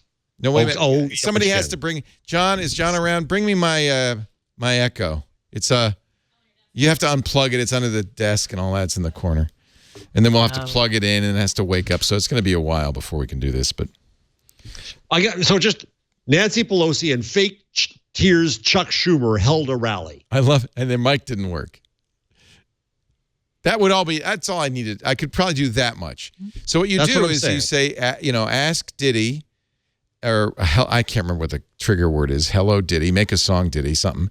And then you say whatever you say next, just say it. You don't sing it or anything. You just say it. It then turns into a song. Or the failing New York Times has been wrong about me from the very beginning. That would be a good one. That'd be a nice song. Mm-hmm. All right, we're going to... I'm having Curry get me my Echo. So I thought that was cute. I was like, aha, we have found a use. As soon as Curry gets back with my Echo, I will. You're going to have to duct tape it to her head, though. Yeah, she's not going to really be able to carry it. Researchers. They should. Oh, go ahead. No, please. While you're on I was going to skills, say, stick a tray in there that comes out, See, I said that, or, and they said, no, we really don't want to make it do anything too useful because a $700 robot shouldn't be too useful. It shouldn't be too useful. It's just a companion robot. I want to see if I can get it on a plane with me. You have to buy a seat? No, it's my companion robot. Oh, no. Oh, right. So what you do is you get one of those jackets for it. Say, no, this is my therapy robot. Therapy robot. Oh, Lord. So while you're on skills, I have one on there for the Google Home, which is really kind of neat. Oh, let's hear it. Look it up. So you can tell the Google Home, I put my passport in the upper drawer, and then you can ask Google remember Home, it. my passport? Oh, that is a good Isn't skill. That nice? Jeff, it's like you listened in on the podcast this morning, or you read CNET's story about it. But yes, you guys mentioned it already. we tried it. Yes, and it works. It works. So I don't want to step on the Stacy on IoT podcast because that's a wonderful show, but I would like to do more Echo skills. I think that's kind of fun. Oh, yeah. We can bring lots of Echo skills. I actually was thinking about doing an Echo podcast. Oh, but yeah. Oh, sorry, but that is. If you want to do an Echo podcast, do it here. Can you plug it in? We're gonna see what we can do here. We got my Echo. It takes a little while, as you know, to wake up and smell the roses. Also, I put on there's new wooden and leather Google Home covers. I did see that. Leather. Why would you want leather? Okay. All right. Well, I'm driving the car that'll be my daughter's car, and it has a plastic steering wheel. And I'm telling you, I understand now why you want a leather steering wheel. Leather's nice. Ooh, wood looks kind of good. Look at that. Wood is nice? fancy. So can I get that for my existing one? Yeah, it's just a cover. I have to say, I have a Google Home sitting right next to my Echo. I still use Echo more. So what did I do the other day that I was like, holy cow, Google Home is so much better. Because I talk to them on a regular basis. Okay, I'm not going to remember. It's good. It's really good at, asking it questions of fact, the knowledge graph. It was a search thing, but you can also have it play songs that are actually like, instead of saying the exact name of the song, you can say, hey, play, the theme song from that Kevin Bacon movie in the 80s, and it'll play you Footloose. So I haven't tried that. Actually, that may not work, but I have been equally general with it, and it's like, oh yeah, sure. So. All right, should I let me try this here. Wait a minute. Sorry, I can't find the answer to the question I heard. Okay. So what should the tweet be, Jeff? Oh, okay. I'm sorry. Hold on. Oh, give me a good one. Again. Should I do the one with the? I got it. Well, where's the dudes one? I gotta find the dudes one. Oh, hey, here we go. Go ahead. No, that's not good. Okay, hold on. I got one. I might just have it send in the feds. Shoot. Actually, this is an app you can also get on Google, on your Android or App Store. And so now they've added that's pretty cool, an Echo command as well. When did Mark Zuckerberg start wearing suits? When he had to testify in Dallas, Texas? Or when he meets Chinese? Okay, yeah, because there's a couple pictures that aren't from him in Dallas wearing a suit. And I was suddenly like, what happened? Yeah. So. Oh, the CEO summit in Lima, Peru, he wore a suit. There you go. Okay, sorry. Okay. Hey, computer, ask Diddy to make a fast song. It doesn't look like you have enabled the Diddy skill.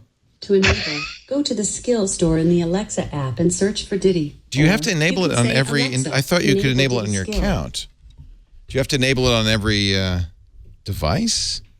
I know. I have all my skills on the account. But maybe, is this one on a different account? I hope not. I certainly hope not. Let's see.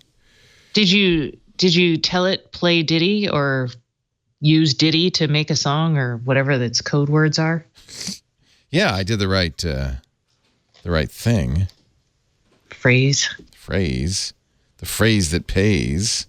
Yeah, skills are maybe somebody in my home. Maybe Lisa undid it. Now I'm thinking somebody in my home disabled it. That's what I think happened. Oh man. Yeah. Okay. Hey, computer, ask Diddy to make a fast song. What would you like me to sing? What should I say? The failing New York Times has been wrong about me from the very beginning. The failing New York Times has been wrong about me from the very beginning. Here you go.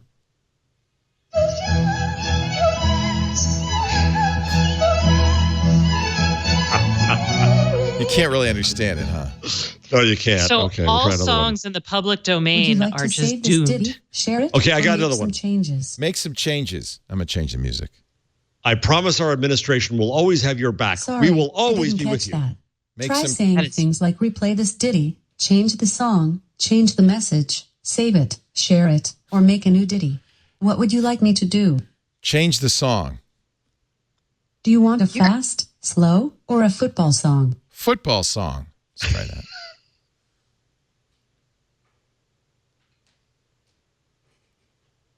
Here you go.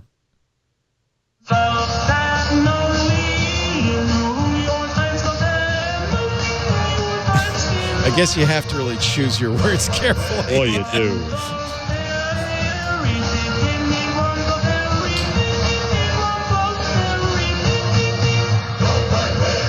Anyway, it's just a Silly little skilly. It is. Oh, look at that. Would you like to save this Comcast. ditty, share it, or make some changes? Cancel. Sorry? Can I help So you with anything Comcast. else? No. No. Go away. I'm done. Alexa's so rude.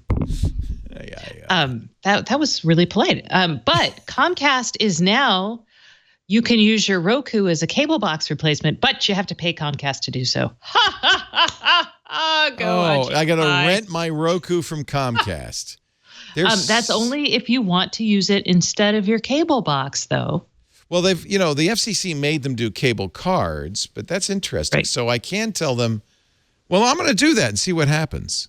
But All would right. Roku make a very good cable box? I don't think so. So, 'Cause I can't do DVR. Look at this. This is my buddy. I bet it is because it's a Scoopy Scoop. Oh, it's not my buddy. Okay, never mind. It's Variety's reporting this. Oh, So, see, Variety knows. yeah, I was thinking it was my buddy Yanko, but it's not my buddy Yanko. Hey, computer, ask Diddy to make a slow song. What would you like me to sing? Make America Great Again. Here you go.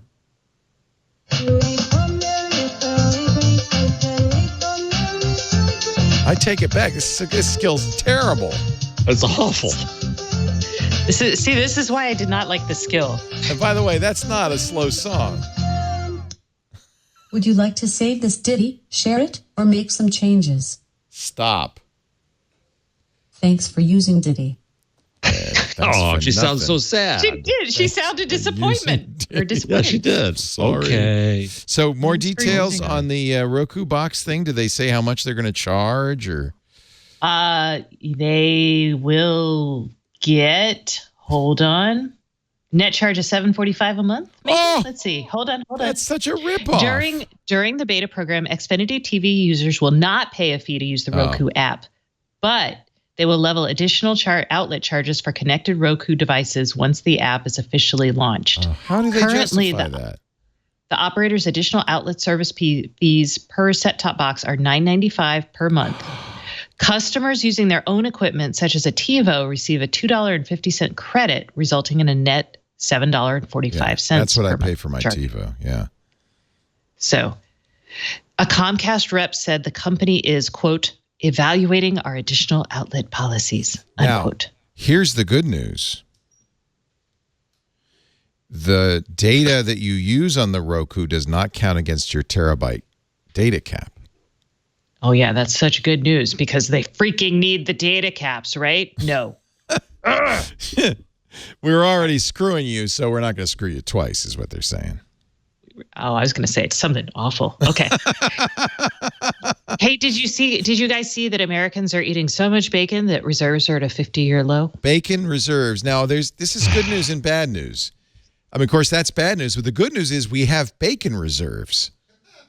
Just like the maple Strategic syrup reserves. Bacon reserves. There are maple syrup reserves, too? So remember in Canada how the maple syrup reserves were pilfered a couple years ago? It was like the great maple Oh, syrup that's heist. right. So here's what we should Wait do. a minute. We should start a breakfast ETF. Wait a minute. So USA Today says, nation's bacon reserves hit a 50-year low as prices rise. And they've even got video of bacon. On the list of problems facing the United States, a bacon shortage wasn't supposed to be one And of them. dramatic According to the news. U.S. Department of Agriculture, Music. the inventory for frozen pork Okay, New York Times says, fake news. Fake news. Oh, I put this from Fortune, which I felt was sort of trustworthy. I knew this is exactly the kind of story that always turns out to be wrong. Always. Well, no, wait a minute. Antennae I was should go up. 50-year reserves being low, commodities, like as a former finance reporter, that felt like legit enough. I wasn't saying we were running out of bacon. I was just saying You know reserves what? hit a low. I've gone to the newspaper of record for bacon, Ohio's Country Journal, and the Ohio AgNet. And this comes straight from the Ohio Pork Council. So there, in the month of December, the total pork inventories totaled 41 million pounds. At the end of the month, it was down to 17.8 million pounds, a decrease of 35.6 million pounds year over year. Due to a supply and demand, analysts expect a continued rise in pork belly prices. Pork belly is what gives us bacon. So now you know when you hear about the commodities prices and all that, pork bellies, that's bacon. Right. There's also an orange juice and like lots of other exciting commodities. The world of commodities, so fun. Which I've never understood. The good news. This is from Rich Deaton, president of the Ohio Pork Council. While bacon may become more expensive for consumers, rest assured, the pork industry will not run out of supply. Ohio farmers will continue to work hard to ensure consumers receive the products they crave. For more information, there's a website. Baconshortage.com? That looks like fake news then. Baconshortage.com is blank. It is. It's blank. There is no baconshortage.com. That is really, there's so many questions here. Do you think, so many. You think the Ohio's Country Journal and ag.net would pull our leg on the... You know what? Let's just go look at pork belly prices. Hello. Chicago Merc. The end of December's frozen pork belly inventory marked the lowest on record since 1957. Hello, America. Pork is going away. No more bacon for mom and dad for breakfast. Pork bellies at their lowest since 1957. What have we been doing? Sending all our pork to Mexico? Is that the problem? We're going to bring the pork back from Mexico. We're going to make sure we have a wall at the border to keep the pork I don't want no in more. the I US. don't want no Mexican pork. Actually, you know what? The best pork is Danish, Korean black pork, but you don't know What? why. You don't want to know why it's black. No, I don't. Why? I do. Huh? I do. Well, it's how they feed it. Caviar. Wait a minute. Now we're getting they- to the meat of the matter. Here it is. This is from pork.org.uk.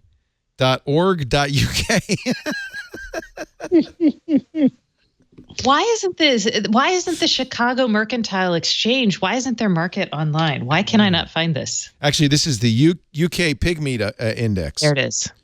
Pork. The UK pig meat index shows a increase in pig prices. Cull sow prices flat, but wiener prices are going up. I don't know. I don't think that's what you think it is.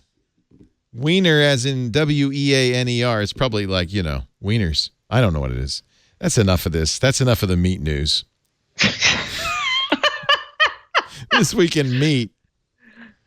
Oh, Lord. Okay. Okay. So what else should we talk about? Do you have another advertiser we should hit? There's no hope from advertisers. Okay. Did you read Nick Bilton's article in Vanity Fair about fake news is going to get even scarier than you ever dreamed? Can you give me the did. TLDR? TLDR, very simple. And it's something everybody knows. And Nick's writing for a more mainstream audience than he, typically does.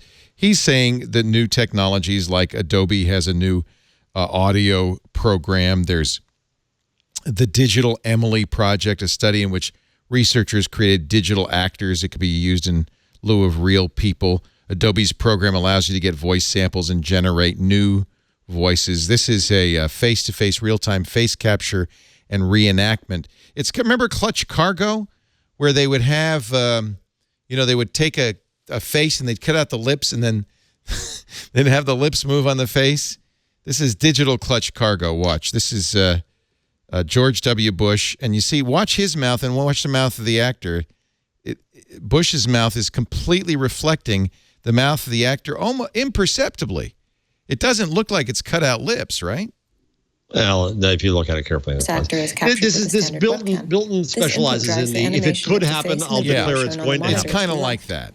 It's not something we got to worry A about. But, significant difference but I think there is a point to be made, which is we're making really good progress at simulating video and audio and faking it. I mean, I think if you could be easily fooled by this reenactment. Watch here. We've had this on. We have? Yeah, and Nick, God bless him. Nick declared at the end of the civilized world when Robert Scoble came into an IO men's room with Google Glass on. Yeah. No, Nick is a little bit of the, techno panic. This is the man who told us we weren't going to have pens in the future, right? We're Nick? not.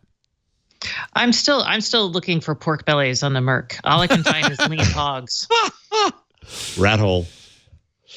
Well, and one of the things he raises is that clip that went viral from the inauguration of President Trump looking back at his wife Melania, who flashes him a big smile, and then when he turns away, her face falls, and he points out, it's not known whether that was real or not. It would be easy enough to fake it. I think it'd be easy enough to debunk it because obviously it must have come from pool. You have the footage. source video, yeah. Yeah.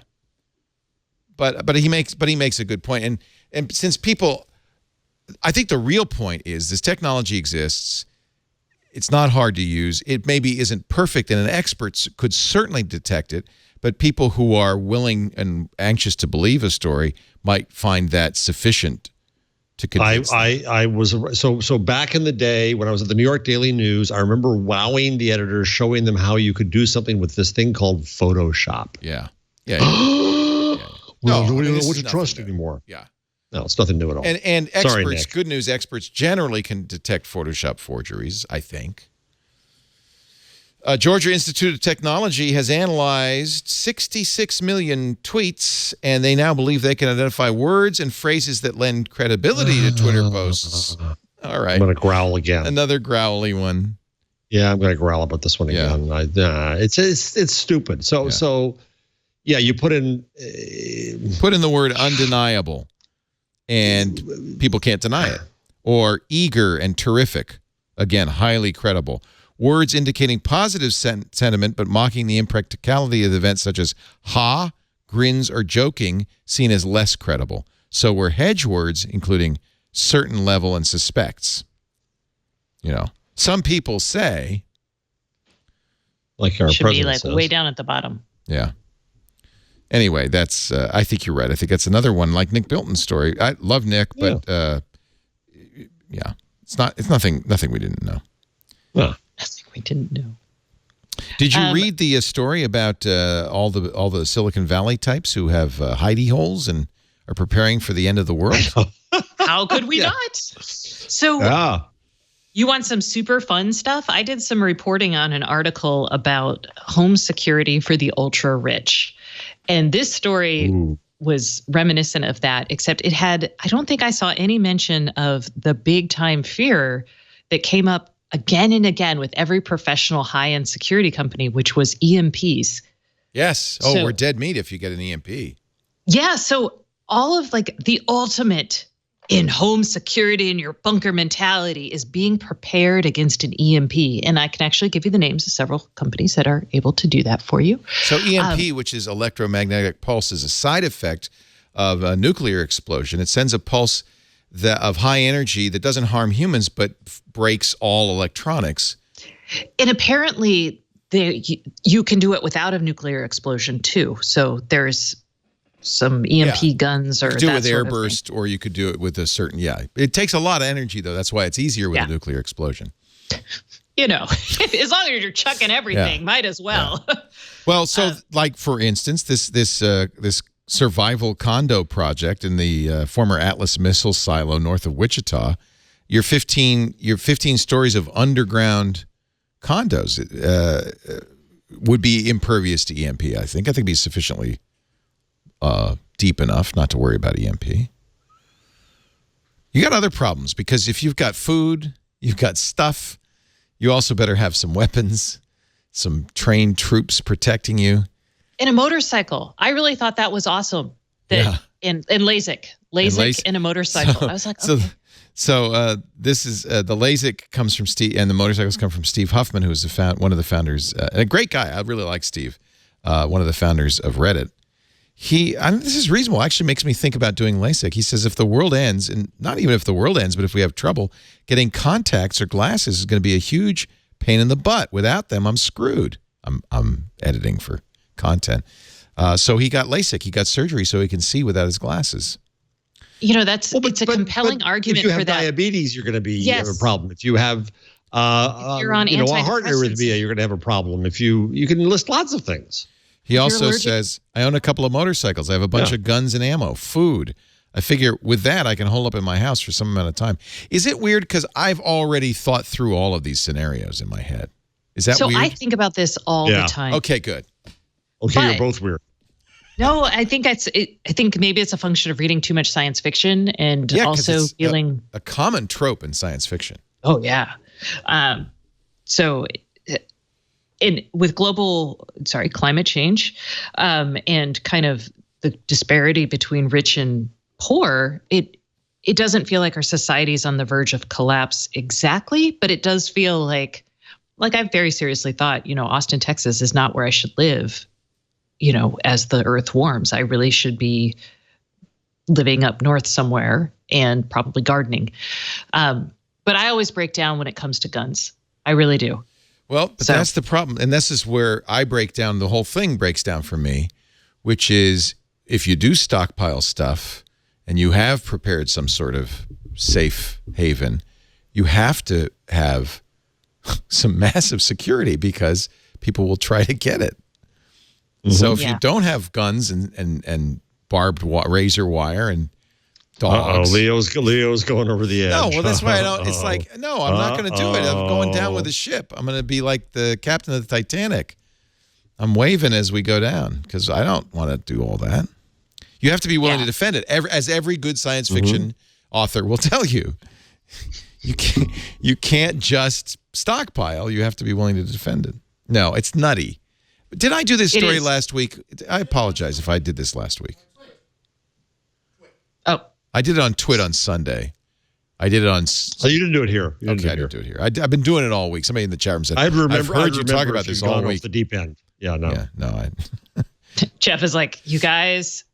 And again... No, it's disaster mentality. It's typical of children of alcoholics, actually, which I'm not. But it's that...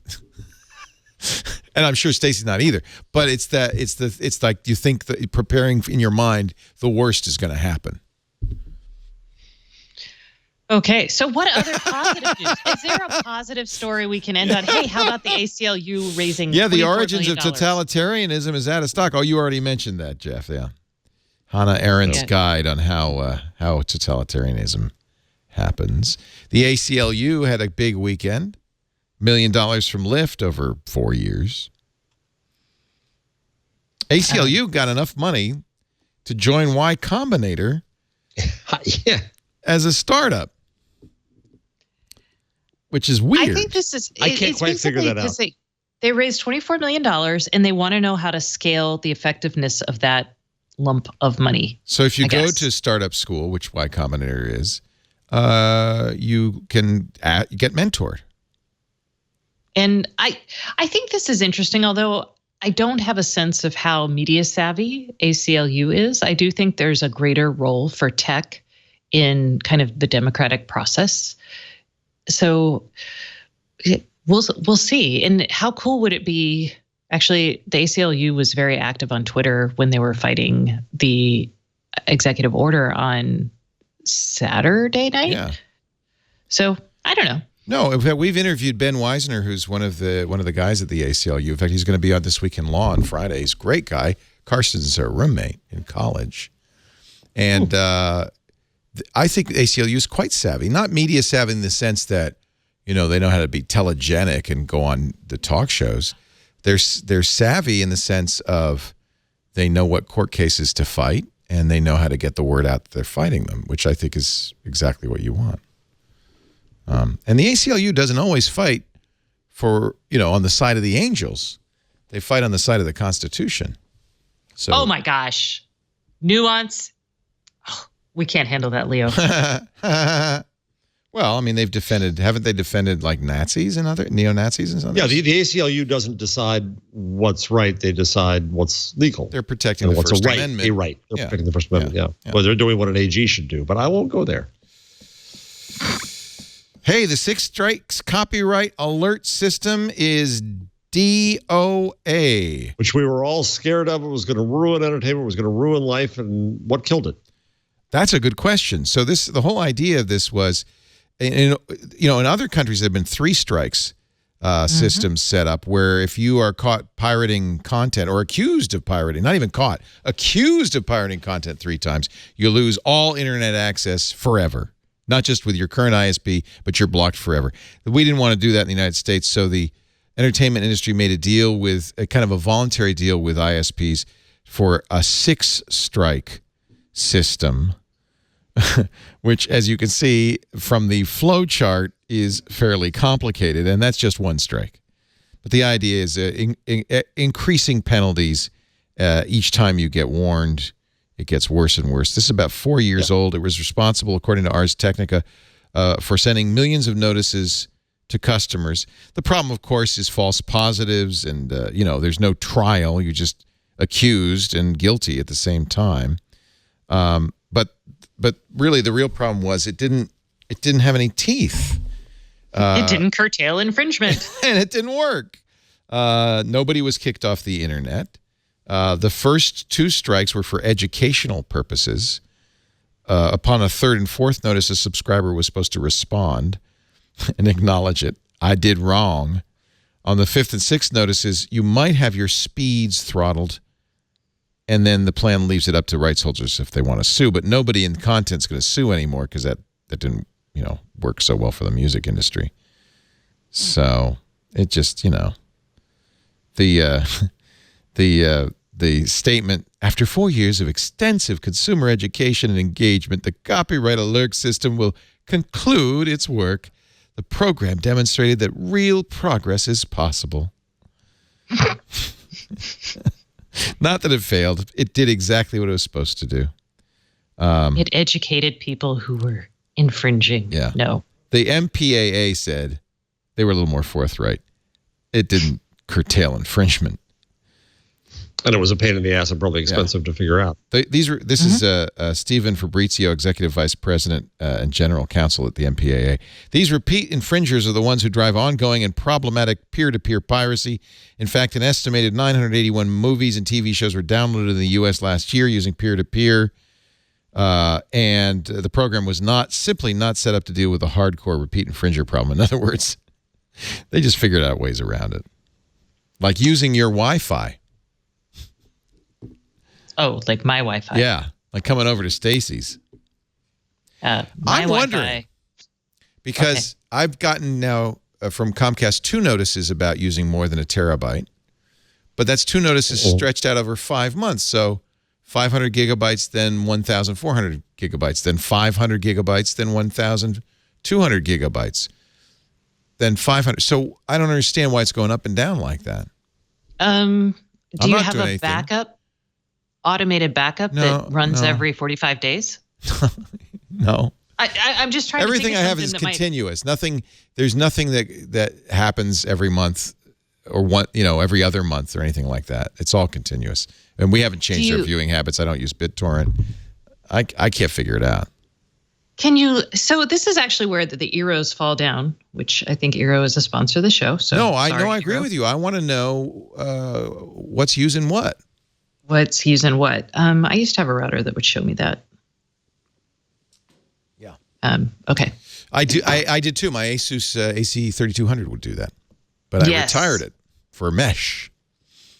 Mesh. Mm. Well, we should call good old Nick and be like, Nick, get on it. Nick Bilton? Scare everybody. Nick Weaver. Oh, okay. Oh, the CEO of Eero. I bet you they are. I wouldn't be surprised but that's a more complicated thing to do. But they do at least know each device, right? So they could theoretically monitor the bandwidth of each device. I just don't know if they want to spend that horsepower Software. to do that. Yeah. Software Right. development. All right. All right. I think we should stop talking. Because I A, have to go to the bathroom, and B, I am TMI. starving. Oh. Oh, is it TMI, Jeff? Have you made I didn't even anything tell in you- your what? Oh, what kind? Have you made anything? That's usually we're the crude ones, Stacy, not you. Have you made anything in your new oven? Oh, yes. I had beef tenderloin the other night, and it was so good. So you think it's really worth the $1,500 that you spent on that? Okay, I am so sold on this. And you know what? It's not me that thinks it's worthwhile necessarily. It's the fact that my husband, who is a total normal person, thinks this is worthwhile, because he basically, my husband, I love him, but the man loves his food cooked beyond all recognition. And He must be a native. he's special. So Texas when native. he's making anything, I'm just like, take it out now. And he's like, no, you'll get sick, you'll die. So he's afraid of trichinosis. he's afraid of everything. So do you like it rare? Oh my gosh. If it's like a piece of good meat, yes, it should be rare. We So should run delicious. off together, Stacy, because I'm the same way, and I'm surrounded by people who want it well done. Well, so this is awesome. So you're just like, boom, I want it rare. You stick the temperature probe in. Oh, then you can take then your half out. I take mine out. Take and your then chop his, out. Oh. He puts it maybe back I'll in get and this. is like- Yeah, I do that on the Do grill. you start eating, or does yours get cold? I put a little piece of foil. I tent the foil over it so it stays warm. It doesn't Okay. take All right, that I'm long. just concerned about you. No, that's and you all. actually want steak or whatever you're cooking to sit for a little bit after you take it out anyway. Yes. So what are you fun. dying to make in it? I think it recognizes and has recipes already for like 25, I think, pre-cooked foods, and I've made most of them. Wow. Um, We should disclaimer. They are an advertiser on your other podcast. yes. They are an advertiser on my podcast, but I did She bought buy it. the oven. Yeah, she took the money they paid her for advertising and bought a June oven, which is kind of a net zero kind of. It's not, yeah. They, And given that the I profit level gave was such, them you a probably should have $50 taken it in ovens directly. right. Just save the middleman and just say, pay me in ovens. I paid there's only one. $50 for a deposit, but I can't bring myself to pay $1,500 for a toaster oven. You know, if it's not a toaster oven, it's a full-scale oven. I've made chickens in that. I've made salmon. I make roast vegetables. You know what? I'm going to make a souffle because those are freaking You complicated. can't make a souffle in there.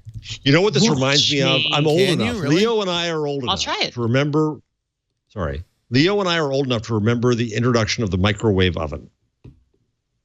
Right, See, Leo? and that's Yeah, they kind called of it what this- a radar range Right. because it And used radar to cook your food. Radar. And there was the same exact discussion. Oh, nobody's going to use that. What a ridiculous it thing. took Who off. needs a baked potato in 4 minutes? Oh, my God, what is it going to do? This is really stupid. See, Well, Stacy's ahead of us. But no, this is an oven. This is a regular oven. The But it's an difference is intelligent that oven. So it's not. So it's okay. It is It's a convection oven. It's a convection It oven, has which I already ceramic have. heating elements, which means it preheats. It comes to like from 0 to 400 in just like 3 minutes. Okay. So it's that's going to super cut fast. a minute off that's my preheating that's time. handy right there Okay. for the Okay. pizza. No, my big ovens take like. Oh yeah, but I 10 I to have 15. a Breville convection toaster Okay. oven. Oh, this is your Breville. So the presets are awesome.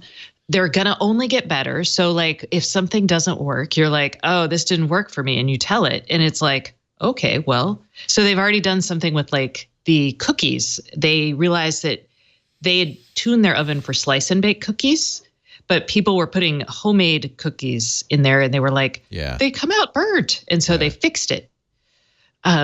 You can make It's a the pizza in it. intelligence, Leo. It's the intelligence. That's what's interesting about it. It's so, I mean, again, I I'm can not- return it for 100 days. So maybe I will do Yes. it. Yeah. So you've got till March. If you order it before like March 31st, you can return it before 100 days are up. And Who cooks more I in don't- your house, Leo? I'm the cook.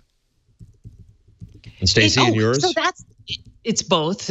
I'm the fancier cook. So you could actually make something and leave it in the fridge and then just be like, yo, Lisa, pop this in the oven at this time. And then you could have like dinner waiting when you get home. Yeah. Oh, it's early for you though. Never mind. Yeah, that doesn't sell me.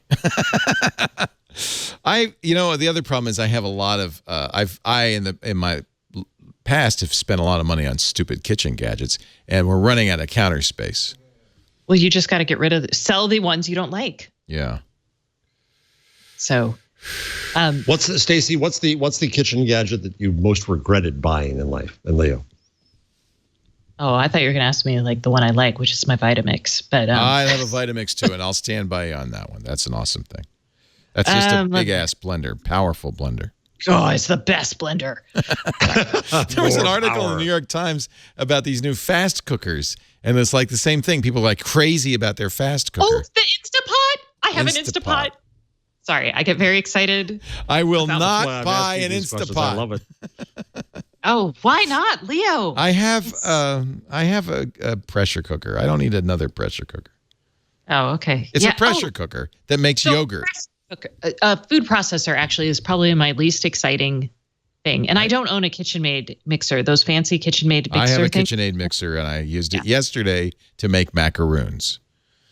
I use it. That's what I use more than anything. I can make pasta with it. I hate baking. I'm not a baker. Yeah. I'll tell you the gadget I wish I hadn't bought. I'm trying to get rid of. And we interviewed Jenny Jardin, and I'm a sucker. See, people tell me about this stuff. I go, oh, I got to get it. And she's talking about homemade tortillas. So I went on Amazon and I bought a tortilla press. No. Not an automatic, a manual tortilla press. And I have in my pantry a 50-pound bag of corn that's been sitting there. How long ago was that interview? A year ago.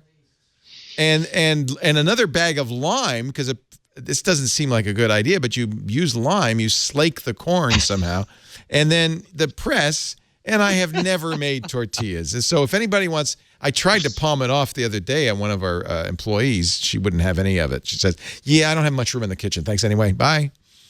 So. Yeah, tortilla press, George Foreman grills, panini I have presses. a panini grill. I do have a panini grill. Bought that, put that in the back. That's way in the back of the cupboard now, gathering dust. I got that from my son. I have a bread maker. No, I won't do that. It looks like R2-D2, and actually I like it. I'm afraid of bread makers because I would make bread and eat it. Delicious. Slather it with butter and eat the whole damn loaf before anybody got home. Well, yeah, but then you can make another one so easily. That wasn't exactly what I was concerned about. Now I'm trying to find my June email. They sent me an email. Is it June.com? I think it's a June oven, maybe? JuneOven.com. All right. I'm going to just try to find that email because they said, hey, you never sent us the rest of the money. Hey. Yeah. You want that oven? You want that? Come on. You must want that oven, don't you? It's your turn. You can have it now. I really like this. Even when it's not the presets, but again, it fits with our life. I'll leave it at that. Yeah, here it is from Matt Van Horn. Exciting times, Matt writes. June ovens are now. Don't show that. That's got my token in it. Oh, you know what? If you want to see it in action, there's a the village at Corte Madera. Yes, in that's just California. down the road a piece. Yes. So you can actually go see it there. They've got a pop-up showroom. And you could probably, I bet they do demonstrations. Are you a June oven pusher? No, I'm just looking at it. You asked me about it. I didn't even bring it up. June oven pusher. I swear. She's a June ovenist. I am a convert. I will be honest, but it's interesting I admit how people get really they proselytize for their new thing, right? You bet. Yeah. Anything that makes my life easier, I will proselytize about. I mean, yeah. Oh, I have the most. I do have to buy it because apparently I put $100 down on it. I can't very well just leave that on the table. All right, I just bought the June oven.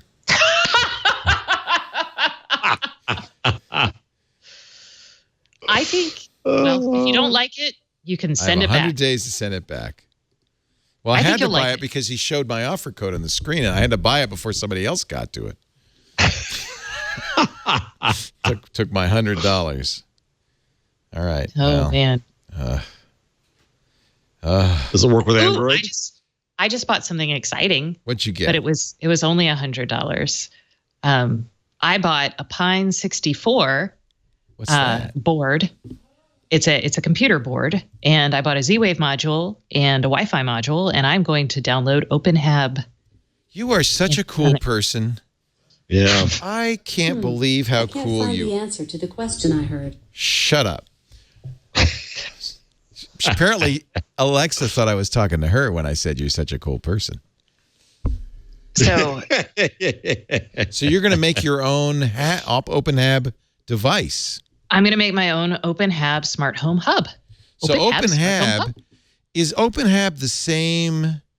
What level is OpenHab at? It's an open source. It's not at the Z-Wave level. It's a lower level than that. No, it's higher than that. Higher than that. So OpenHab is a application layer. So you can use it to program your devices. Now, so I pledged on my podcast to try this out finally because so many people were like, Stacy, you got to try this. So I'm going to do it. It's We'll see. vendor neutral, but it does ride on Z-Wave, you said, right? You have to. So I had to buy a Z-Wave module to talk to any of my Z-Wave devices. If that makes sense, right? Yep. So that's it could use Zigbee if you had Zigbee devices. If I had a Zigbee module, yes. Got it. Attached. So that's the physical, like the literal computer. Yeah. This is up that at I'm the building. application layer, not at the network layer. Yeah. Yeah, and OpenHab is on top of it. Nice. It's an OS. I can't wait So to hear we'll see. about it. Gonna be fun. Why did you choose that chip? But the Pine 64? Yeah. Because they have a friendly Z-Wave module, and my friend Kai Krusner, who is the guy who does most of the OpenHab stuff, promised that he had an SD card with all of the OpenHab 2 flashed onto it, the Pine 64. Ready to run. Okay. So I'm like, boom, I want that. Because you could use a Raspberry Pi. There are other devices you could use. Yes, This, but- you could okay. use a Pi, and this was like a way to make it slightly easier for someone like me. Did you get your order in before Chinese New Year? No, You're not going to see it for a long time. not forever. No, just a month. Cool. was like, I want that's to hear okay. all about it. So yeah, when the time comes, you guys, I will show you my smart home. We've given you a lot of picks. We probably shouldn't even bother doing picks of the week, but why not? Jeff, you've got a number, and then I'll let Stacy do her awesome Let's see which thing. one should I do. All right. Relevant to the earlier discussion, 97% of voice apps are used for 1 week only. That's ditto right there. Diddy. 1 week. Yep. Yeah. 1 week. Is that voice Have apps fun. like Yeah. It's like talking to people or skills? it's Echo and Google Okay. Home, Echo so it's, and Home. it's skills. Yeah. And with that makes sense though. There are a few that I keep using. Actually, mostly I just use the built-in stuff. Come to think of it. But you also have to remember it's hard enough when you have your phone, you have a little reminder that does, I could use that. But to remember that, what did I use Home for last week? You know what I do is last week Matthew Ingram mentioned 60 dB, which is kind of a radio. Oh, I was on that. Yeah, it's cool. Stacy on IoT was on it. No, I was talking about a Jeep Pi when he, a friend of mine that I used to work with at GigaOhm, Liz Gaines, is Yeah, Liz a does reporter it. for 60. Oh, yeah. Yeah. Did she? I was wondering if she moved over. I hear her voice all the time. Yes, So that's her new job. She's not a recode anymore. that is her new job. She Congratulations. That's she great. had a baby, did a fellowship, and then did this. I love Liz. She's been on our Which show fellowship many did she times. do? That is a really hard question, and I can't answer it. So this is an excellent echo skill then. You have to open that skill, and then you can say, computer, well, actually I turned her off. Computer, listen to 60 dB. I can't find the answer to And the she'll have question no I idea heard. what you're saying. They have we're on it. Some Twitbits are on it. They have short ones that 5-10 minutes, and then they have longer shows. And you pick the categories, but then it picks just kind of an endless feed. And this was Matthew Ingram's pick last week, and I love it. And so I'm still using that skill. I like it. And it's kind of like it's just a mishmash of news and interesting stuff. And Short audio recordings is what she told me it was supposed to be. it's almost all from podcasts, but she occasionally will come on and do a story. So she and I did one. Yeah. And you did one. Yeah. So they're adding their own content. She interviewed me. So it was exciting. Right. She'll do her own content. So they have Get to Know Neil Gorsuch. The Gorsuch announcement is seen from a reality TV producer. So I guess she's doing interviews for them, which is great. But then they have CBS News. Here's like a Twit Bits. So I think this is great. I like this. Wake up and smell the coffee robot. Beyonce pregnant with twins. See, if I'd been listening, I would have known. That's what I'm here for. You're awesome. Your big pop culture news. What's your pick of the week, Stacy? This is actually a podcast, and I feel like I've never talked about it, but I love it, and your audience is probably going to appreciate it if they don't already know about it, which I bet you guys do. This is, I always script the name of it, though. So it's the Flash Forward podcast, and this is, it used to come out twice a month. Now I think it's once a month. It's well produced. They basically take a scenario from the near future and run with it. So it can be something like robotic farming, and they start every show with like, they immerse you in the future world, right? So you get this like, it's just like a NPR podcast, except it's not real. And so is it like Black Mirror? Kind of, but not always as grim. Jeff, you would like the future of news. In December, they did one on the future of news, and it started out with like President Jim Bannon was eating Thanksgiving dinner with his family in Marina del Rey, California. And then the next was a different story. And it was like President Jim Bannon spent Thanksgiving in Iraq, and people were really upset. And they went through several of those, and you're like, oh my God, what's happening? Wow. And then she breaks in with the future of news, is fake, and we won't know how to tell the difference. And then she brings in experts to talk about what this means. So it's really an engaging show. Great. It's awesome. I love it. Rose Eveleth. And she is just amazing. And no wonder it takes a month to do, because that's a lot of work.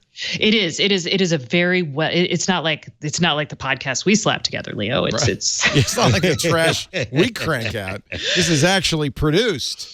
So it's really good. I like it a lot. Nice. It's you can find it at Flash Forward Podcast. Have it on my screen. .com. Flashforwardpodcast.com. Oh, someone asked if you allow promos for other podcasts. It never even occurred to me. No, we don't. So I'm just going to edit this out and you'll never hear it. Of course we do. I was like, it's just good content. Yeah, I don't care. Yeah, I'm not competitive. Well, I am competitive, but I'm going to plug. So I'll hold this against you for years, Jeff. Go ahead. So .nyc, we did shows today. Yeah, what happened? Wednesday. We just so Donna, I think we finally got this. I'm going to send you and Lisa a note about this. I think we finally figured out the structure of it. I do an interview show, and we do kind of a Shark Tanky show, but nice because we have no money. And so today, as I said earlier, I interviewed was it today? Yesterday. If you go to Facebook and look up .nyc show, you'll find it there. And so I interviewed, there she is, Michal Rosen, who's the chief legal officer of Kickstarter. And then we had 3 Kickstarter products on. One is Dame Products, which makes vibrators. They were the first sex toy on Kickstarter, and really kind of interesting how it was done. And then there's a bicycle that puts all the gears in some place so it doesn't ever break, and it's neat. And then we had a guy who made a clock that only goes for 1 year.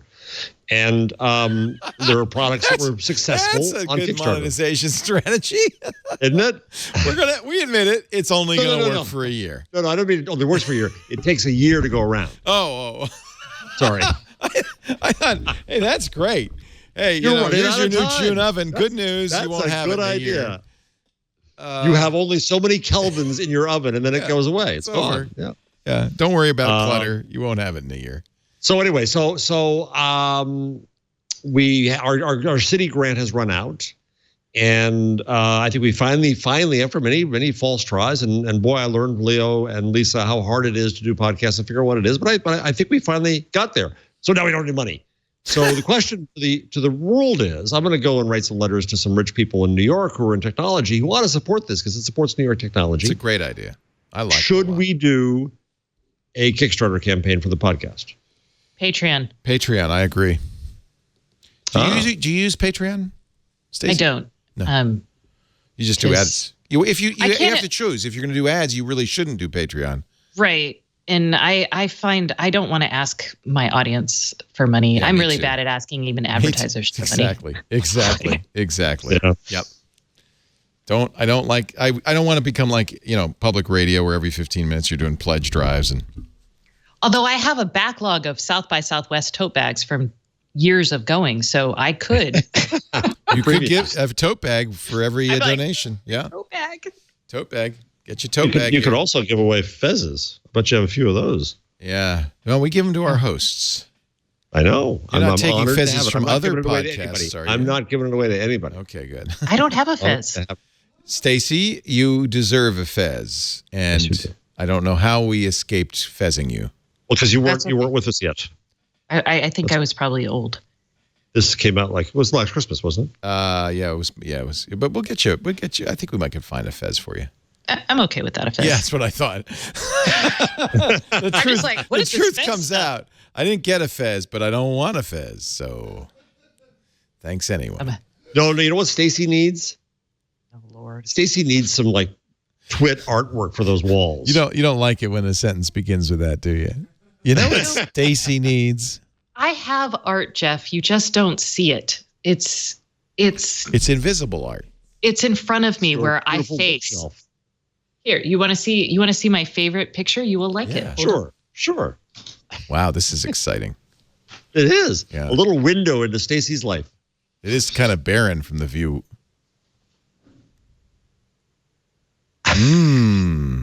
Keep mum, she's not so dumb. That's like a World War II propaganda poster. I know, isn't it awesome? Or World War I, maybe. And it's the idea is loose lips sink ships. Don't talk in front of the ladies. She's not as dumb as she looks. I thought it was. I loved That's it. perfect. And then I've got my Princess Leia Resist art that's coming or that I'm So printing. you're a little feminist womb in that room. Did you feminist womb? It's a feminist womb. Actually, that should be Okay, your it's time to end the podcast show, art. right? I like that. That should be podcast art. Keep mum, she's not so dumb. That would be a great podcast album art. I'll work on that. It's so related to the Internet of Things. Well, we got to do a new podcast. Oh, okay. Stacy is Stacy smart. knows things. Stacy knows Stacy things. Stacy ruins Okay. everything. Stacy knows best. All right, it's time to say goodbye, everybody. Ladies think and it gentlemen. is. And we are working, by the way, you'll be relieved to know, we are working on the Punch Leo button. I've Excellent. tasked our crack engineering staff with figuring out how to do it. Well, if they want, they should email me, and I'm happy to work with them because I do want that button. That's an ultimate Internet of Things device. Well, I We'll have to get one for too, Kevin where Stacy Toffel. can hit us both. Yeah, no, we get one for me and Kevin. I think Kevin Toffel probably needs one too. Kevin doesn't need. Kevin is perfect. He's just that. Oh my! You're not her favorite co-host. Leo, I'm sorry. I know it hurts. Oh, It's okay. Kevin's been with me for years, Yeah, like it's fine. almost a decade. Holy moly! Yeah. I have to send him more bourbon. All right. You send him bourbon too? Well, he's my co-host, man. He's okay. Leo's like, see, all you do is Leo's, force how me can to I get spend out money of on this? ovens. Stacey Higginbotham, Stacy on IoT.com and IoTpodcast.com at GigaStacy on the Twitter. Always a pleasure. Always. Darling. Wonderful. Also here with me, my good friend and comrade in arms, Mr. Resist, Jeff Jarvis from BuzzMachine.com, at Jeff Jarvis on Twitter. His books, of course, are legion, including What Would Google Do?, Public Parts, Gutenberg the Geek, and Geeks Bearing Gifts. Did I get them all? Always a pleasure, boss. Always a Thank pleasure. you. I have this way too much fun on this show. It's great to have you. We do This Week in Google every Wednesday, I think, 1:30 p.m. Pacific, 4:30 Eastern, 21:30 UTC. If you want to stop by, say hi. We'd love it. But if you can't do it live, you can always do it after the fact. We have on-demand audio and video at twit.tv/twig. There's the website. You can also subscribe there or go to iTunes or your favorite podcatcher app, and you'll find it there. Thanks for joining us, and we'll see you next week on This Week in Google. Bye-bye.